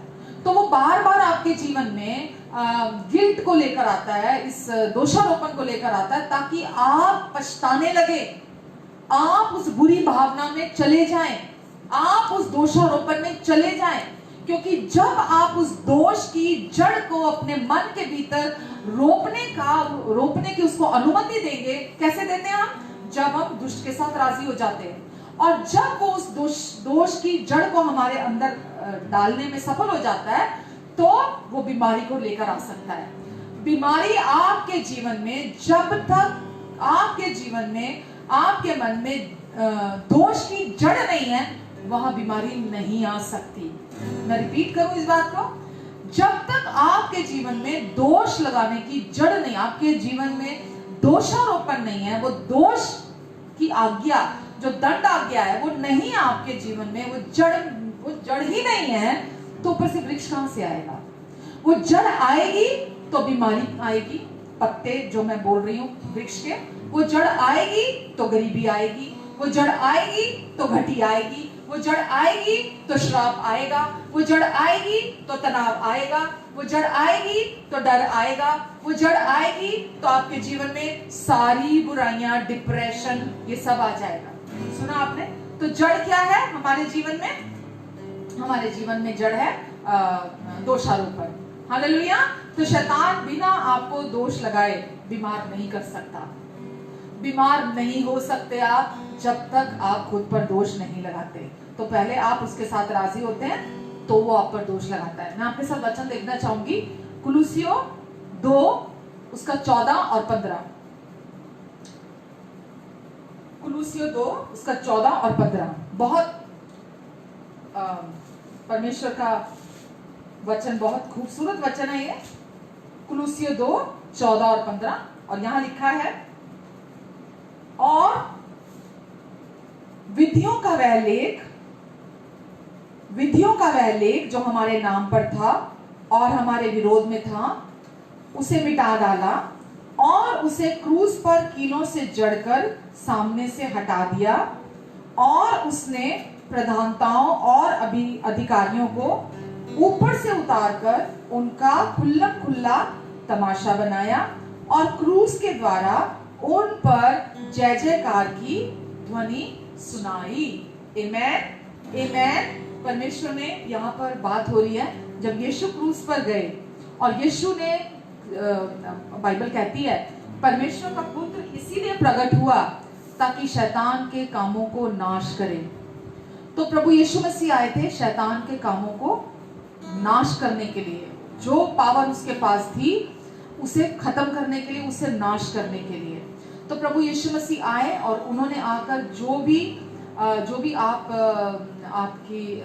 आपके तरफ से जो भी रिक्वायरमेंट्स थी, जो परमेश्वर चाहते थे, जो भी डिमांड्स थी परमेश्वर की ओर से, जो आपको करनी थी और जो आपने नहीं की, जो भी आपके विरोध में थी पुरानी चीजें, बाइबल कहती है उन्होंने उन सारी बातों को जो हमारे विरुद्ध लिखा हुआ था और जो हमें पूरा करना था, जो हमारे नाम पर था, प्रभु यीशु ने उसे मिटा डाला, उसे मिटा दिया पूरी रीति से, और उसे लेकर हमारे रास्ते से हमेशा के लिए हटा दिया। उन सारी बातों को हमारे रास्ते से हटा दिया और उसे क्रूस पर कीलों से जड़ दिया और सारी प्रभुताओं को और अधिकारियों को निहत्था कर दिया, क्रूस से उतार कर निहत्था कर दिया। और वचन कहता है उन्होंने उनका खुल्लम खुल्ला तमाशा बनाया और उन पर जय जयकार की ध्वनि सुनाई। तो शैतान और जो भी शैतान के साथ उसके जो सहयोगी, जो भी दुष्ट आत्माएं, जो भी बुरी आत्माएं थी, उन सब को परमेश्वर ने क्रूस पर शैतान को निकम्मा किया, निहत्था किया। और व्यवस्था जो जिसके द्वारा पाप की पहचान होती है, व्यवस्था जो दोष लगाती है, व्यवस्था जो मारती है, जो मृत्यु की वाचा थी, जो दोष लगाने वाली वाचा थी, जो हमारे अगेंस्ट में जो कुछ भी वहां लिखा था, यीशु ने वो सब मिटा डाला हमारे विरुद्ध में। और वचन में लिखा है कि शैतान का खुल्लम खुल्ला तमाशा बनाया। क्यों बनाया खुल्लम खुल्ला तमाशा? मतलब पब्लिकली उसका तमाशा बनाया, उसका जुलूस निकाला परमेश्वर ने। जब यीशु क्रूस पर गए और क्रूस पर यीशु ने पाप को हराया, यीशु ने क्रूस पर अपने शरीर पर हर एक श्राप को ले लिया जो व्यवस्था को तोड़ने से आता था। प्रभु यीशु ने उस सारे श्राप को अपनी देह पर ले लिया और प्रभु यीशु ने हमें हमेशा के लिए पाप से, श्राप से हमेशा के लिए छुड़ाया और हमें हमारे हर दोष से भी हमें आजाद किया, हर दोष आज्ञा, हर दंड आज्ञा से आजाद किया। तभी रोमियो 8:1 में क्या पढ़ा हमने? इसलिए अब जो मसीह में है उन पर दंड की आज्ञा नहीं है। हालेलुया। पुराने समय में जब दो राजा आपस में लड़ते थे, पुराने समय में, तो जब जो राजा हार जाया करता था तो उस राजा को, जीता हुआ राजा, पब्लिक में बेड़ियों से बांधकर लेकर आता था। एक बहुत बड़ा जलसे के समान लोगों को, पूरे उस इलाके के लोगों को इकट्ठा किया जाता था, उन सबको बुलाया जाता था और वो लोग वहां इकट्ठा होते थे और उन सबको वहां इकट्ठा किया जाता था। और जो हारा हुआ राजा था उसको वहां पर बेड़ियों से बांधकर घसीटते हुए लाया जाता था और उस राजा को जब वहां लाते थे तो उसके दोनों हाथों के अंगूठे काट दिए जाते थे और दोनों पैरों के अंगूठे भी उसके काट दिए जाते थे। दोनों हाथों के अंगूठे भी काट दिए जाते थे और दोनों पैरों के अंगूठे भी काट दिए जाते थे। उसके पीछे क्या कारण था? जैसा भी लिखा, परमेश्वर ने शैतान को क्रूस पर हराया और उसको निहत्था कर दिया, उसको निकम्मा कर दिया। जो कुछ भी पावर उसने आदम और हव्वा से वहां छीनी थी, वहां ली थी, उस पावर को शैतान से छीन लिया वापस और उसका खुल्लम खुल्ला तमाशा बनाया।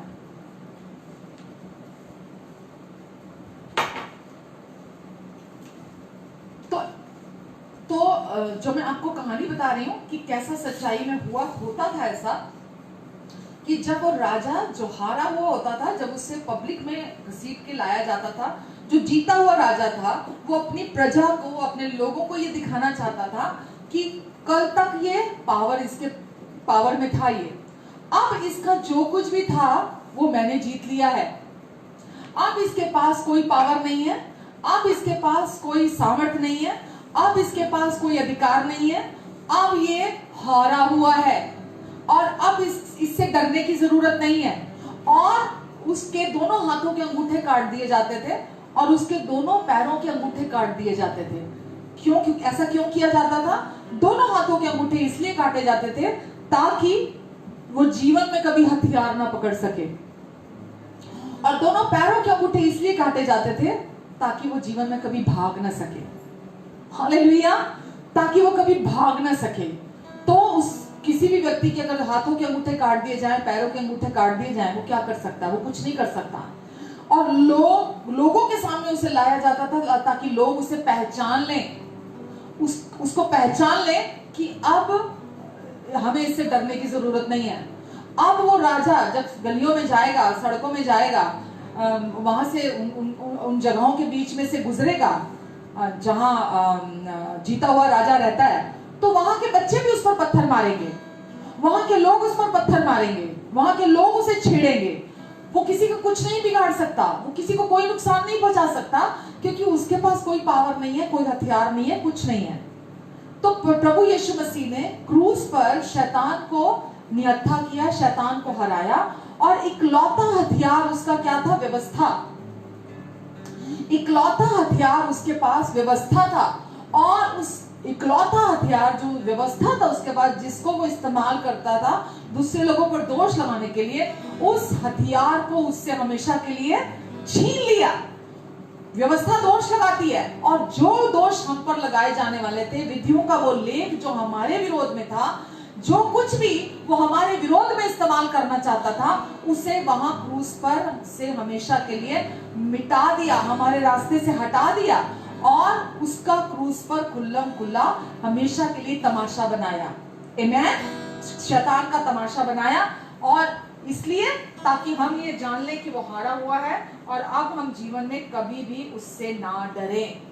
आमेन। और जब वो हम पर दोष लगाने आए तो हम उस दोष को हम ना लें, क्योंकि प्रभु यीशु मसीह ने, वचन में लिखा है मत्ती में कि प्रभु यीशु मसीह ने व्यवस्था के बारे में लिखा कि प्रभु यीशु मसीह ने कहा, मैं व्यवस्था को तोड़ने नहीं आया, मैं व्यवस्था को पूरा करने आया हूं। मैं व्यवस्था को मैं नाश करने नहीं आया व्यवस्था को, मैं व्यवस्था को पूरा करने आया हूं। तो यीशु ने व्यवस्था को, व्यवस्था क्या थी? मृत्यु की वाचा थी। और क्योंकि अगर आपने एक भी पाप किया हो तो आप अधर्मी कहलाते हैं, निरंकुश कहलाते हैं।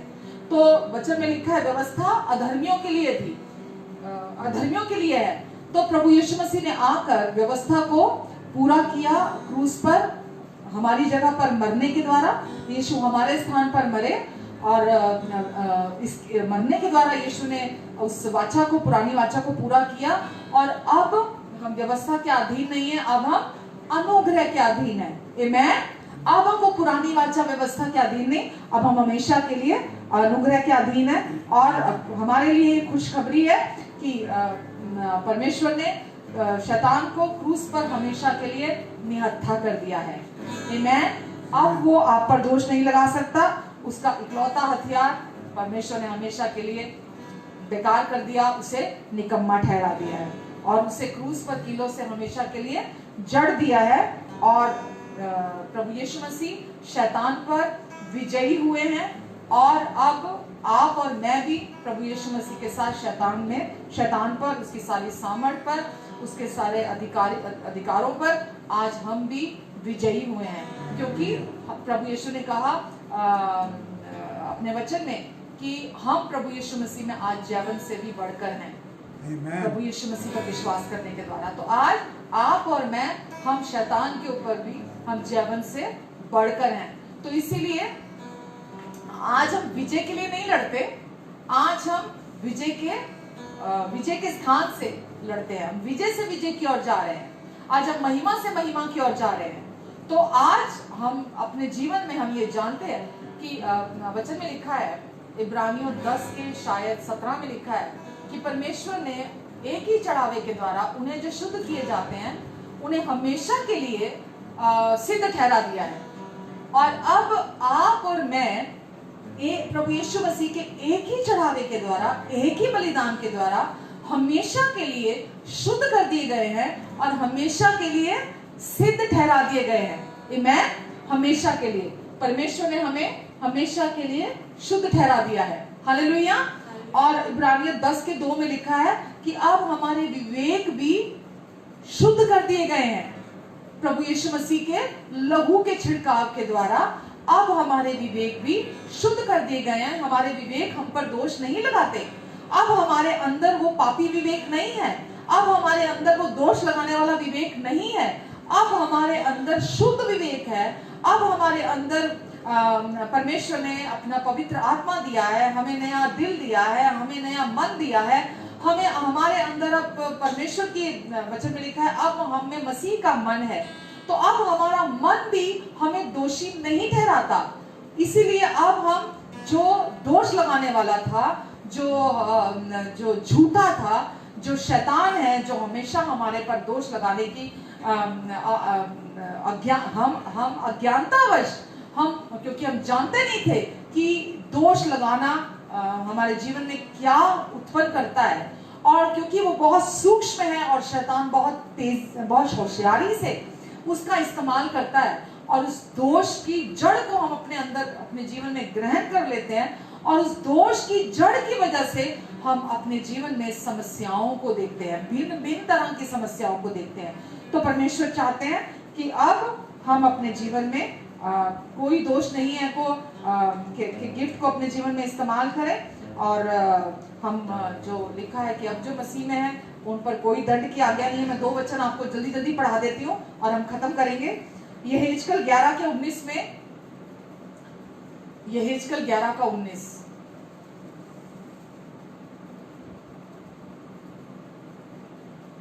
परमेश्वर यहाँ बताते हैं कि मैं तुम्हें नया हृदय दूंगा। यहेजकेल 11 के 19 में, यहेजकेल 11 का, और मैं उनका हृदय एक कर दूंगा और मैं उनके भीतर नई आत्मा उत्पन्न करूंगा और उनके भीतर से पत्थर का हृदय निकालकर उन्हें मांस का हृदय दे दूंगा। अब आपके अंदर पत्थर का दिल नहीं है, व्यवस्था पत्थरों पर लिखी गई थी। अब आपके अंदर परमेश्वर ने उस पुरानी वाचा को निकालकर, जो व्यवस्था की पुरानी वाचा थी, उसे निकालकर आपके अंदर नई वाचा को स्थापित कर दिया है, जो कि अब पत्थरों पर नहीं लिखी गई, पर अब वो आपके हृदय की पट्टियों पर प्रेम से लिखी गई है। आमीन। और यहेजकेल 36 के 26 को भी अगर आप देखेंगे, वहां भी परमेश्वर ने बहुत खूबसूरत अपना वचन लिखा है कि अब क्योंकि हमारे अंदर परमेश्वर ने उस पत्थर के हृदय को निकालकर, यहेजकेल 36 का 26, हमारे अंदर मांस का हृदय रख दिया। तो लिखा है मैं तुमको नया मन दूंगा। परमेश्वर आपके मन को, उसी मन को बदलते नहीं है कि उसी मन को परमेश्वर ने सुधार दिया। आपको परमेश्वर आपके हृदय को बदलते नहीं है कि उसको ठीक ठाक कर दिया आपके पुराने हृदय को। लोग आज भी कहते हैं परमेश्वर मेरे हृदय को बदल, मेरे मन को बदल, मेरे मन में काम कर, जबकि वचन कहता है कि हमारे अंदर अब परमेश्वर ने अपना नया मन दे दिया। क्या लिखा है? मैं तुमको नया मन दूंगा और तुम्हारे भीतर नई आत्मा को उत्पन्न करूंगा और तुम्हारी देह में से पत्थर का हृदय निकालकर तुमको मांस का हृदय दूंगा। और तुम्हारे देह में से पत्थर का हृदय, 19 में क्या अभी इसके अगली में भी कुछ लिखा, और तुम्हारे हृदय में से निकालकर तुमको नहीं, बस मांस का हृदय तुम्हें दे दूंगा। आमेन। तो परमेश्वर ने आपको और मुझे, हमें मांस का हृदय दिया है और परमेश्वर ने हमें अपना नया मन दिया है, अपना नया हृदय दे दिया है। और परमेश्वर चाहते हैं अब हम ये जान लें कि परमेश्वर हम पर दोष नहीं लगाते। जैसा हम उसमें पढ़ते यूहन्ना 3:17 में 18 में पढ़ते हैं। एक आखिरी आयत ये देख लेते हैं, उसके बाद हम खत्म करते हैं। यूहन्ना 3:17।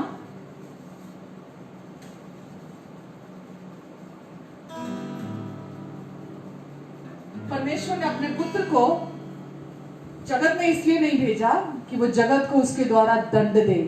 परमेश्वर ने अपने पुत्र को जगत में इसलिए भेजा ताकि जगत उसके द्वारा उद्धार पाए। और जो कोई विश्वास नहीं करता वो पहले ही अपने आप को दोषी ठहरा चुका। जो कोई विश्वास नहीं करता वो अपने आप को, परमेश्वर दोष नहीं लगाते, परमेश्वर किसी को दंड नहीं देते। जो मसीह में विश्वास रखता है, जो मसीह में है, उन पर दंड की आज्ञा नहीं है। लेकिन जो मसीह को अपनाते नहीं है, स्वीकार नहीं करते मसीह यीशु को, और मसीह यीशु को रिजेक्ट करते हैं, तिरस्कार करते हैं, वचन कहता है, परमेश्वर कहते हैं कि वो अपने आप को उसने खुद ही दोषी ठहरा दिया। और परमेश्वर आप पर और मुझ पर दोष नहीं लगाते। इसलिए अब जब आप गलती करते हैं, पाप करते हैं, गुनाह करते हैं, आपको ये पता होना चाहिए कि अब आप मसीह में कौन हैं, अब आपकी क्या पहचान है। परमेश्वर ने आपको पाप की अवस्था से बाहर निकालने के लिए, आपको व्यवस्था से छुड़ाने के लिए, आपको व्यवस्था के श्राप से छुड़ाने के लिए अपने पुत्र को क्रूस पर, क्रूस की मृत्यु दी। आपके सारे पाप को, आपके सारे पाप के प्रति जो सारा क्रोध था, जो पाप का दोष था, जो पाप का दंड न्याय होना था, वो प्रभु यीशु मसीह ने अपनी देह पर पहले ही चुका दिया है। और अब आप नए मनुष्य हैं, नई सृष्टि हैं। पुरानी सारी बातें आपके जीवन से बीत गई हैं, अब आप नए मनुष्य हैं। वचन कहता है अब तुम व्यवस्था के अधीन नहीं, अब तुम, रोमियो 6:14, अब तुम व्यवस्था के अधीन नहीं, अब तुम अनुग्रह के अधीन हो। इसलिए पाप तुम पर प्रभुता नहीं करेगा। जब आप व्यवस्था के अधीन होते हैं तो पाप प्रभु बना रहता है, आपको पाप से छुटकारा नहीं मिलता। इसलिए वचन कहता है अब, क्योंकि आप व्यवस्था के अधीन नहीं, आप अनुग्रह के अधीन है, इसलिए पाप आपके जीवन पर प्रभुता नहीं करेगा। अब आप पाप के अधीन नहीं रहेंगे, अब पाप की अवस्था में आप नहीं रहेंगे, अब आप अनुग्रह की नई वाचा के अधीन है, जो कि पुरानी वाचा से कहीं और महिमामयी है। पुरानी वाचा भी, व्यवस्था की वाचा भी महिमामयी थी, लेकिन उसका तेज घटता जाता था। पर जब हम नई वाचा, जो कि आत्मा की वाचा है, जब हम उस अनुग्रह की, प्रभु यीशु मसीह की नई वाचा को उसके अधीन आते हैं, तो हम अपने जीवन में महिमा से महिमा की ओर बढ़ते चले जाते हैं। हमारा तेज, वो धार्मिकता का सूर्य हमारे जीवन पर और ऊंचा और ऊंचा और ऊंचा उठता चला जाता है। हमारा प्रकाश और तेज होता चला जाता है। हमारा प्रकाश घटता नहीं है, हमारा प्रकाश दिन के उजाले के समान और तेज होता चला जाता है। आमीन। तो अब हम उस व्यवस्था जो पट्टियों पर लिखी गई थी, पत्थर की पट्टियों पर, हम उसके अधीन नहीं है, क्योंकि यीशु ने क्रूस पर, शैतान इस एक हथियार को इस्तेमाल करता था, इस एक हथियार को क्रूस पर पूरा कर दिया है, निपट लिया। व्यवस्था जो हमारे अगेंस्ट में थी, हमारे विरोध में थी, उसके साथ पूरी तरह से निपट लिया और उसे क्रूस पर कीलों से जड़ दिया गया है। आमीन। और शैतान जो उस व्यवस्था को इस्तेमाल करता था, दोनों चीजों से निपटा, कि व्यवस्था को क्रूस पर कीलों से जड़ दिया जो हमारे विरोध में थी, और दूसरा शैतान को भी और सारी प्रभुताओं को, अधिकारियों को क्रूस से उतार कर खुल्ला खुल्ला तमाशा बनाया और उन पर जय जयकार की ध्वनि सुनाई। आमेन। और अब हम जयवल से बढ़कर हैं और अब हम ये जानते हैं अब हम मसीह में कौन है और परमेश्वर ने हमें क्या दे दिया है। और अब शैतान हमें बहकाने आता है अगर, तो हम जानते हैं कि अब हम जैसा परमेश्वर ने आदम और हव्वा को अपने उस पूरा किए हुए कार्य के बीचों बीच रखा था, ऐसे ही परमेश्वर ने अब हमें प्रभु यीशु मसीह के द्वारा पूरा हुए कार्य के बीचों बीच लाकर रख दिया है। आमेन। हमें उस विश्राम में लाकर रख दिया है और वो चाहते हैं कि अब हम ये जानते हुए कि अब परमेश्वर मुझ पर क्रोधित नहीं है, परमेश्वर मुझे दंड नहीं देंगे, परमेश्वर मेरा न्याय नहीं करेंगे, क्योंकि परमेश्वर ने अपने पुत्र को इसलिए नहीं भेजा ताकि वो मुझ पर दंड की आज्ञा दे, ताकि वो मुझ पर दोष लगाए। परमेश्वर ने यीशु को इसीलिए भेजा ताकि मैं यीशु मसीह के द्वारा उद्धार को पाऊं। आमेन। हालेलुया। आप खुश हैं कि आज आप मेरे साथ हैं? आप खुश हैं कि आज आपने वचन सुना? आमेन। वचन थोड़ा लंबा जरूर होता है, लेकिन मैं अपना हृदय जो परमेश्वर चाहते हैं आप उसे ग्रहण करें। मैं चाहती हूँ कि मैं पूरा आप तक उड़ेल दूं। और क्योंकि सबसे महत्वपूर्ण, सबसे इम्पोर्टेंट है कि हम परमेश्वर की इच्छा को, उनके उद्देश्य को अपने लिए, अपने जीवन के लिए हम उसे जाने कि वो कितने अच्छे हैं। तनाव उनकी ओर से नहीं है, डर उनकी ओर से नहीं है, दोष उनकी ओर से नहीं है, शर्मिंदगी उनकी ओर से नहीं है, बीमारी उनकी ओर से नहीं है, गरीबी उनकी ओर से नहीं है, कमजोरी उनकी ओर से नहीं है। परमेश्वर की ओर से इनमें से कुछ भी नहीं है। मृत्यु उनकी ओर से नहीं है, श्राप उनकी ओर से नहीं है। परमेश्वर की ओर से हमारे लिए हर दिन उनकी करुणा और भलाई है। आमेन। और परमेश्वर आपसे क्या चाहते हैं? हर दिन आप उनकी भलाई को अपने जीवन में एक्सपेक्ट करें। इस एक्सपेक्टेंसी के साथ हर दिन आगे बढ़े कि आज परमेश्वर मैं आपकी भलाई को देखने जा रहा हूं, क्योंकि आपने मेरे लिए क्रूस पर सब कुछ को पूरा कर दिया है और मैं आपकी भलाई को आप अपने जीवन में, जो भी आपके जीवन का क्षेत्र है, मानसिक, भावनात्मक, शारीरिक, पारिवारिक, आपकी शादी, आपके बच्चे, आपका आर्थिक जीवन, जो भी क्षेत्र है, परमेश्वर आपको, क्योंकि वो अच्छे हैं, वो प्रेमी हैं, वो भले हैं, वो अपनी भलाइयों को अब आपके जीवन में दिखाना चाहते हैं, क्योंकि आप व्यवस्था की उस पुरानी वाचा के अधीन नहीं है जहां व्यवस्था मांग करती थी। अब आप अनुग्रह की उस नई वाचा के अधीन है जहां सप्लाई परमेश्वर की हमारी और निरंतर 24/7 हर समय बहती है, उनके अनुग्रह की सप्लाई। आमेन। और वो चाहते हैं, उन्होंने हमें पोजीशन कर दिया है उस जगह पर जहां हम हर समय उनके अनुग्रह की सप्लाई को ग्रहण करते रहें। और वो चाहते हैं कि हम भी पूरे हृदय से उनके प्यार पर विश्वास करते हुए, उनके बिना शर्तों के प्यार पर विश्वास करते हुए उस सप्लाई को अपने जीवन में ग्रहण करें। आमेन। God bless all. और परमेश्वर, आशा करती हूँ कि आप सबने आशीष पाई होगी। धर्मी जवान शेरों की तरह निडर होते हैं। परमेश्वर चाहते हैं हम इस धरती पर निडरता का जीवन जिए, हम निडर होकर सुसमाचार का प्रचार करें। हम दुनिया से, हम लोगों से कि दुनिया क्या कहेगी, लोग क्या कहेंगे, हम दुनिया से ना डरें। यीशु ने हमें पाप की प्रभुता, पाप की सामर्थ से छुड़ा लिया है, आजाद कर दिया है और अब हम पापी नहीं रहे। पाप की अवस्था से हम धार्मिकता की अवस्था में लाकर खड़े कर दिए गए हैं हमेशा के लिए। और अब हम प्रभु यीशु मसीह पर विश्वास करने के द्वारा परमेश्वर की धार्मिकता है।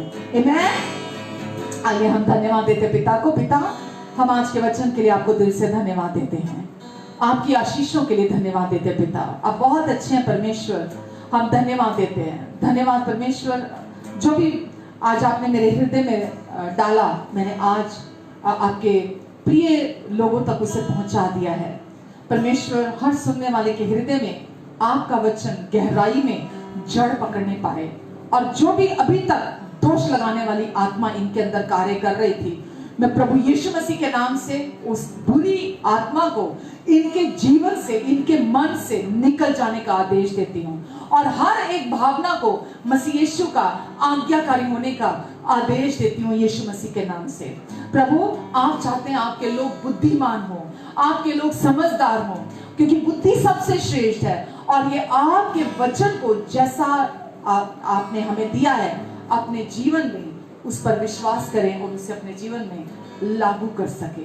धन्यवाद पिता, इन सब की मदद और सहायता करेंगे आप यीशु के नाम से। आमीन आमीन आमीन। आइए समय है प्रभु भोज का, और हम वचन में जैसा लिखा है कि यीशु ने, प्रभु ने रोटी ली और तोड़ी और कहा, ये मेरी देह है जो तुम्हारे लिए तोड़ी जाती है। और उसी उन्होंने अपनी देह इसीलिए तुड़वाई। बाइबल हमें बताती है, जैसा कि हमने कहा, कि यीशु की देह सिद्ध और पवित्र देह थी, पाप से अज्ञात। यीशु पाप क्या है वो जानते भी नहीं थे। यीशु ने अपने जीवन में कभी कोई पाप नहीं किया था, वो पाप के बिना उत्पन्न हुए थे। तो यीशु की देह पवित्र और सिद्ध देह हमारे लिए दी गई, ताकि हम इस पवित्र और सिद्ध देह में से खाएं, और जो भी असिद्धता हमारे शरीर में, हमारे अंगों में कहीं भी शैतान का झूठ सुनने के द्वारा आई है, वो उस क्षेत्र में परमेश्वर बहाली को ला सकें, अपने अनुग्रह की सप्लाई को ला सकें। आमीन। और हम अब इस प्रभु की सिद्ध देह में से खाने जा रहे हैं। आइए हम सब प्रभु की देह में से खाते हैं। और ये प्याला जो नई वाचा का लहू है, यीशु ने प्रभु भोज जो आखिरी समय में लिया, कहा, ये मेरा नई वाचा का लहू है जो तुम्हारे पापों की क्षमा के लिए बहाया जाता है। तो बोल्डली, खुशी के साथ, उत्सव मनाते हुए, सेलिब्रेट करते हुए हम इस नई वाचा के प्याले में से पीते हैं।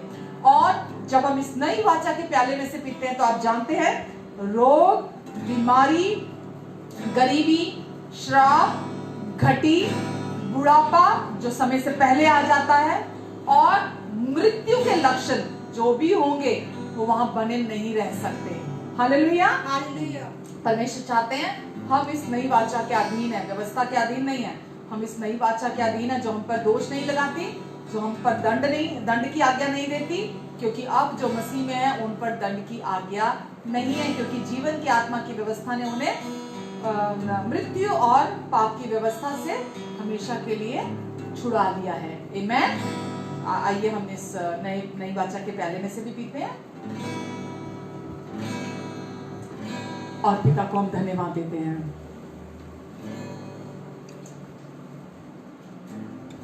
मैं यीशु की स्तुति गाऊंगा, मैं स्तुति प्रभु की, मैं यीशु की स्तुति गाऊंगा, मैं स्तुति प्रभु की। आशीषों का तू है समंदर, गाऊंगा मैं महिमा प्रभु की। आशीषों का तू है समंदर, गाऊंगा मैं स्तुति प्रभु की। मैं यीशु की स्तुति गाऊंगा, मैं स्तुति प्रभु की। आशीषों का तू है समंदर, गाऊंगा मैं महिमा प्रभु की। आशीषों का तू है समंदर, गाऊंगा मैं महिमा प्रभु की। एक बार और, आशीषों का तू है समंदर, गाऊंगा मैं महिमा प्रभु की। गाऊंगा मैं यीशु की महिमा, यीशु की। गाऊंगा मैं महिमा यीशु की, गाऊंगा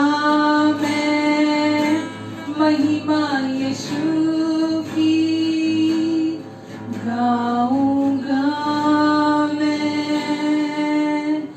महिमा यीशु की। आमीन।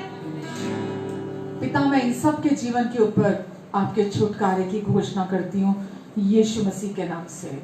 हर बीमारी की जड़, हर दोष की जड़, हर श्राप की जड़, हर गरीबी की जड़, हर घटी की जड़ यीशु मसीह के नाम से, हर गरीबी की मानसिकता यीशु मसीह के नाम से इसी समय उखड़ जाए और समुद्र में जा लगे यीशु मसीह के नाम से। मैं धन्यवाद देती हूँ परमेश्वर आपको, आपने इन्हें पाप और मृत्यु की व्यवस्था से आजादी दिला दी है और अब आपका जीवन का आत्मा, जीवन के आत्मा की व्यवस्था इनके हृदयों में आप स्थापित करें यीशु मसीह के नाम से। आपके जीवन की आत्मा इनके हृदयों में व्यवस्था स्थापित होने पाए यीशु मसीह के नाम से। प्रभु, ये आजाद हैं, ये छुड़ा लिए गए हैं, ये आपकी महिमा से भर दिए गए हैं। मैं आपको धन्यवाद देती हूँ, धन्यवाद देती हूँ परमेश्वर आपको, धन्यवाद देती हूँ प्रभु कि ये अब आपसे बिलोंग करते हैं और आप में कोई घटी नहीं है, आप में कोई दुष्टता नहीं है, आप में कोई कमी नहीं है, आप में कोई गरीबी, कोई श्राप नहीं है, आप में कोई दोषारोपण नहीं है, आप में कोई दंड आज्ञा नहीं है, आप में कोई गिल्ट नहीं है, आप में कोई शर्मिंदगी वास नहीं करती है।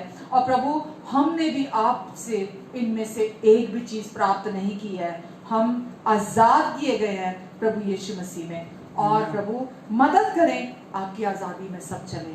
और मैं प्रार्थना करती हूँ इन सब के लिए कि पिता, इन सबको आप इस पूरे सप्ताह में अपने पंखों की आड़ के नीचे, परों के नीचे छिपा कर रखेंगे, अपने लहू के नीचे आप इन्हें छिपा कर रखेंगे।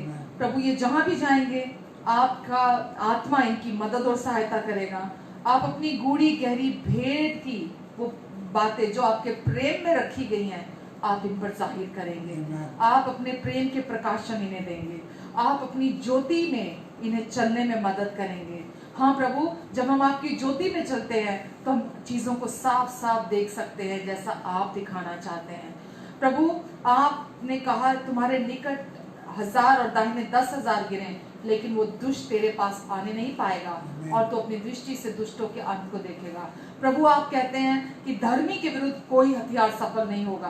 प्रभु यीशु, इनमें से किसी के भी विरुद्ध, क्योंकि ये विश्वास के द्वारा धर्मी ठहराए गए हैं, कर्मों से बाहर, ये विश्वास से धर्मी ठहराए गए हैं। इसीलिए आपका वायदा है कि अब इनके विरुद्ध शैतान का एक भी हथियार सफल नहीं होगा यीशु मसीह के नाम से। प्रभु, आपने कहा कि धर्मी के वंश को कभी किसी ने टुकड़े मांगते नहीं देखा है। आपने कहा धर्मी हमेशा जय जयकार के गीत गाते हैं, धर्मी हमेशा आनंद के साथ जय जयकार के गीत गाते हैं। आपने कहा कि आप धर्मी के वंश को भी संभालेंगे। परमेश्वर, धर्मी हमेशा आशीषों के नीचे रहते हैं।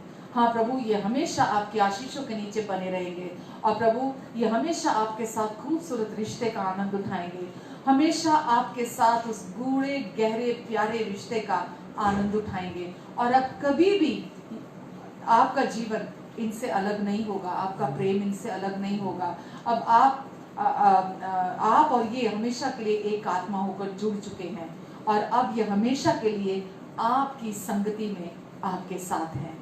धन्यवाद देती पिता, हर बुराई की आत्मा से, हर अंधकार की शक्ति से, हर एक दुष्ट की चालों से आप इनकी रक्षा करेंगे और इनकी हर जरूरत को अपनी महिमा के उस धन से जो मसीह यीशु में है आप पूरा करेंगे।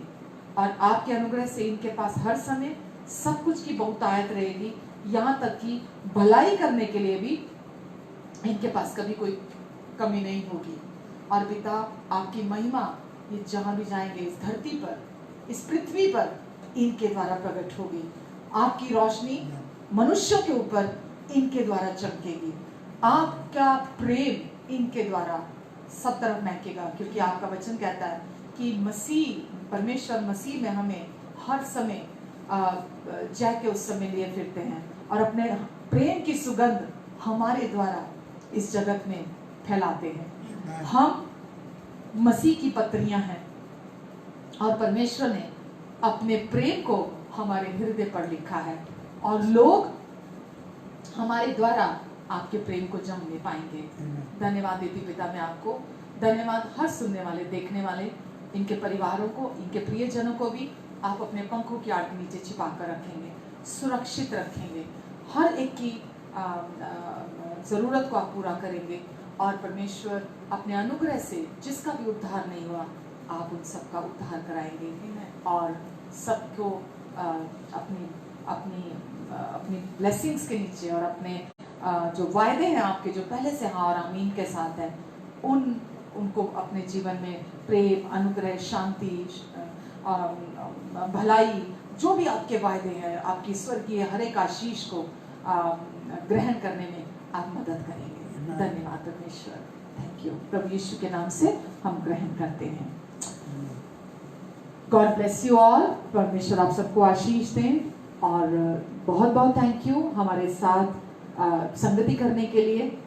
ये सच में मेरे हृदय को ये बहुत आनंदित करता है। मैं बहुत खुश होती हूँ जब मैं आप सबको अपने साथ ऑनलाइन देखती हूँ। मुझे भी आप बहुत इनकरेज करते हैं जब आप मेरे साथ सहमत होते हैं और हम सब प्रभु यीशु मसीह के सच्चे और उस पवित्र वचन को अपने जीवन में, अपने हृदयों में, अपने अर्थली वेसल्स में, इस पृथ्वी के इन बर्तनों में हम उसे और अधिक अपने जीवन में ग्रहण करते हैं तो मैं आनंद से भर जाती हूँ और इससे परमेश्वर की महिमा हमारे जीवन से और अधिक प्रकट होती है। तो गॉड ब्लेस यू ऑल और आप और आपका परिवार सुरक्षित रहें, आप जहाँ भी रहें और परमेश्वर की ब्लेसिंग्स में चलें। अभी तक अगर आपने ये मैसेज शेयर नहीं किया है तो आप इस मैसेज को शेयर कर सकते हैं और अगर आपने शांति पाई है, आपने आशीष पाई है तो आप चाहेंगे कि दूसरे लोग भी, अधिक से अधिक लोग भी इस मैसेज के द्वारा आशीष पाएं, क्योंकि सवाल हमारी मशहूरी का नहीं है, सवाल हमारे फेमस होने का नहीं है, सवाल इस बात का है कि हम जो उद्धार देने वाला हमारा प्रभु है, हमारा उद्धार करता यीशु, वो लोगों तक पहुंचे और लोग सही मायनों में छुटकारे को पाएं। और मैंने अभी कुछ ही समय से अपने जो हमारे फेसबुक के रिकॉर्डेड मैसेजेस होते हैं उन्हें मैंने यूट्यूब पे भी डालना शुरू किया है और प्रतिभा पुरी के नाम से मेरा अकाउंट है यूट्यूब में और आप उस अकाउंट में से भी जाकर यूट्यूब से मैसेज सुन सकते हैं और अगर आपको ठीक लगे तो आप उसको सब्सक्राइब भी कर सकते हैं और दूसरों को भी आप उन मैसेजेस को उनके साथ शेयर कर सकते हैं ताकि दूसरे लोग भी आपके साथ आशीष पाएं। तो प्रभु आपके साथ हैं, प्रभु आपसे बहुत प्यार करते हैं और मैं भी आपसे बहुत प्यार करती हूँ और आपको फूलता फलता देखना चाहती हूँ। आमेन। God bless and love you all very very much. Take care.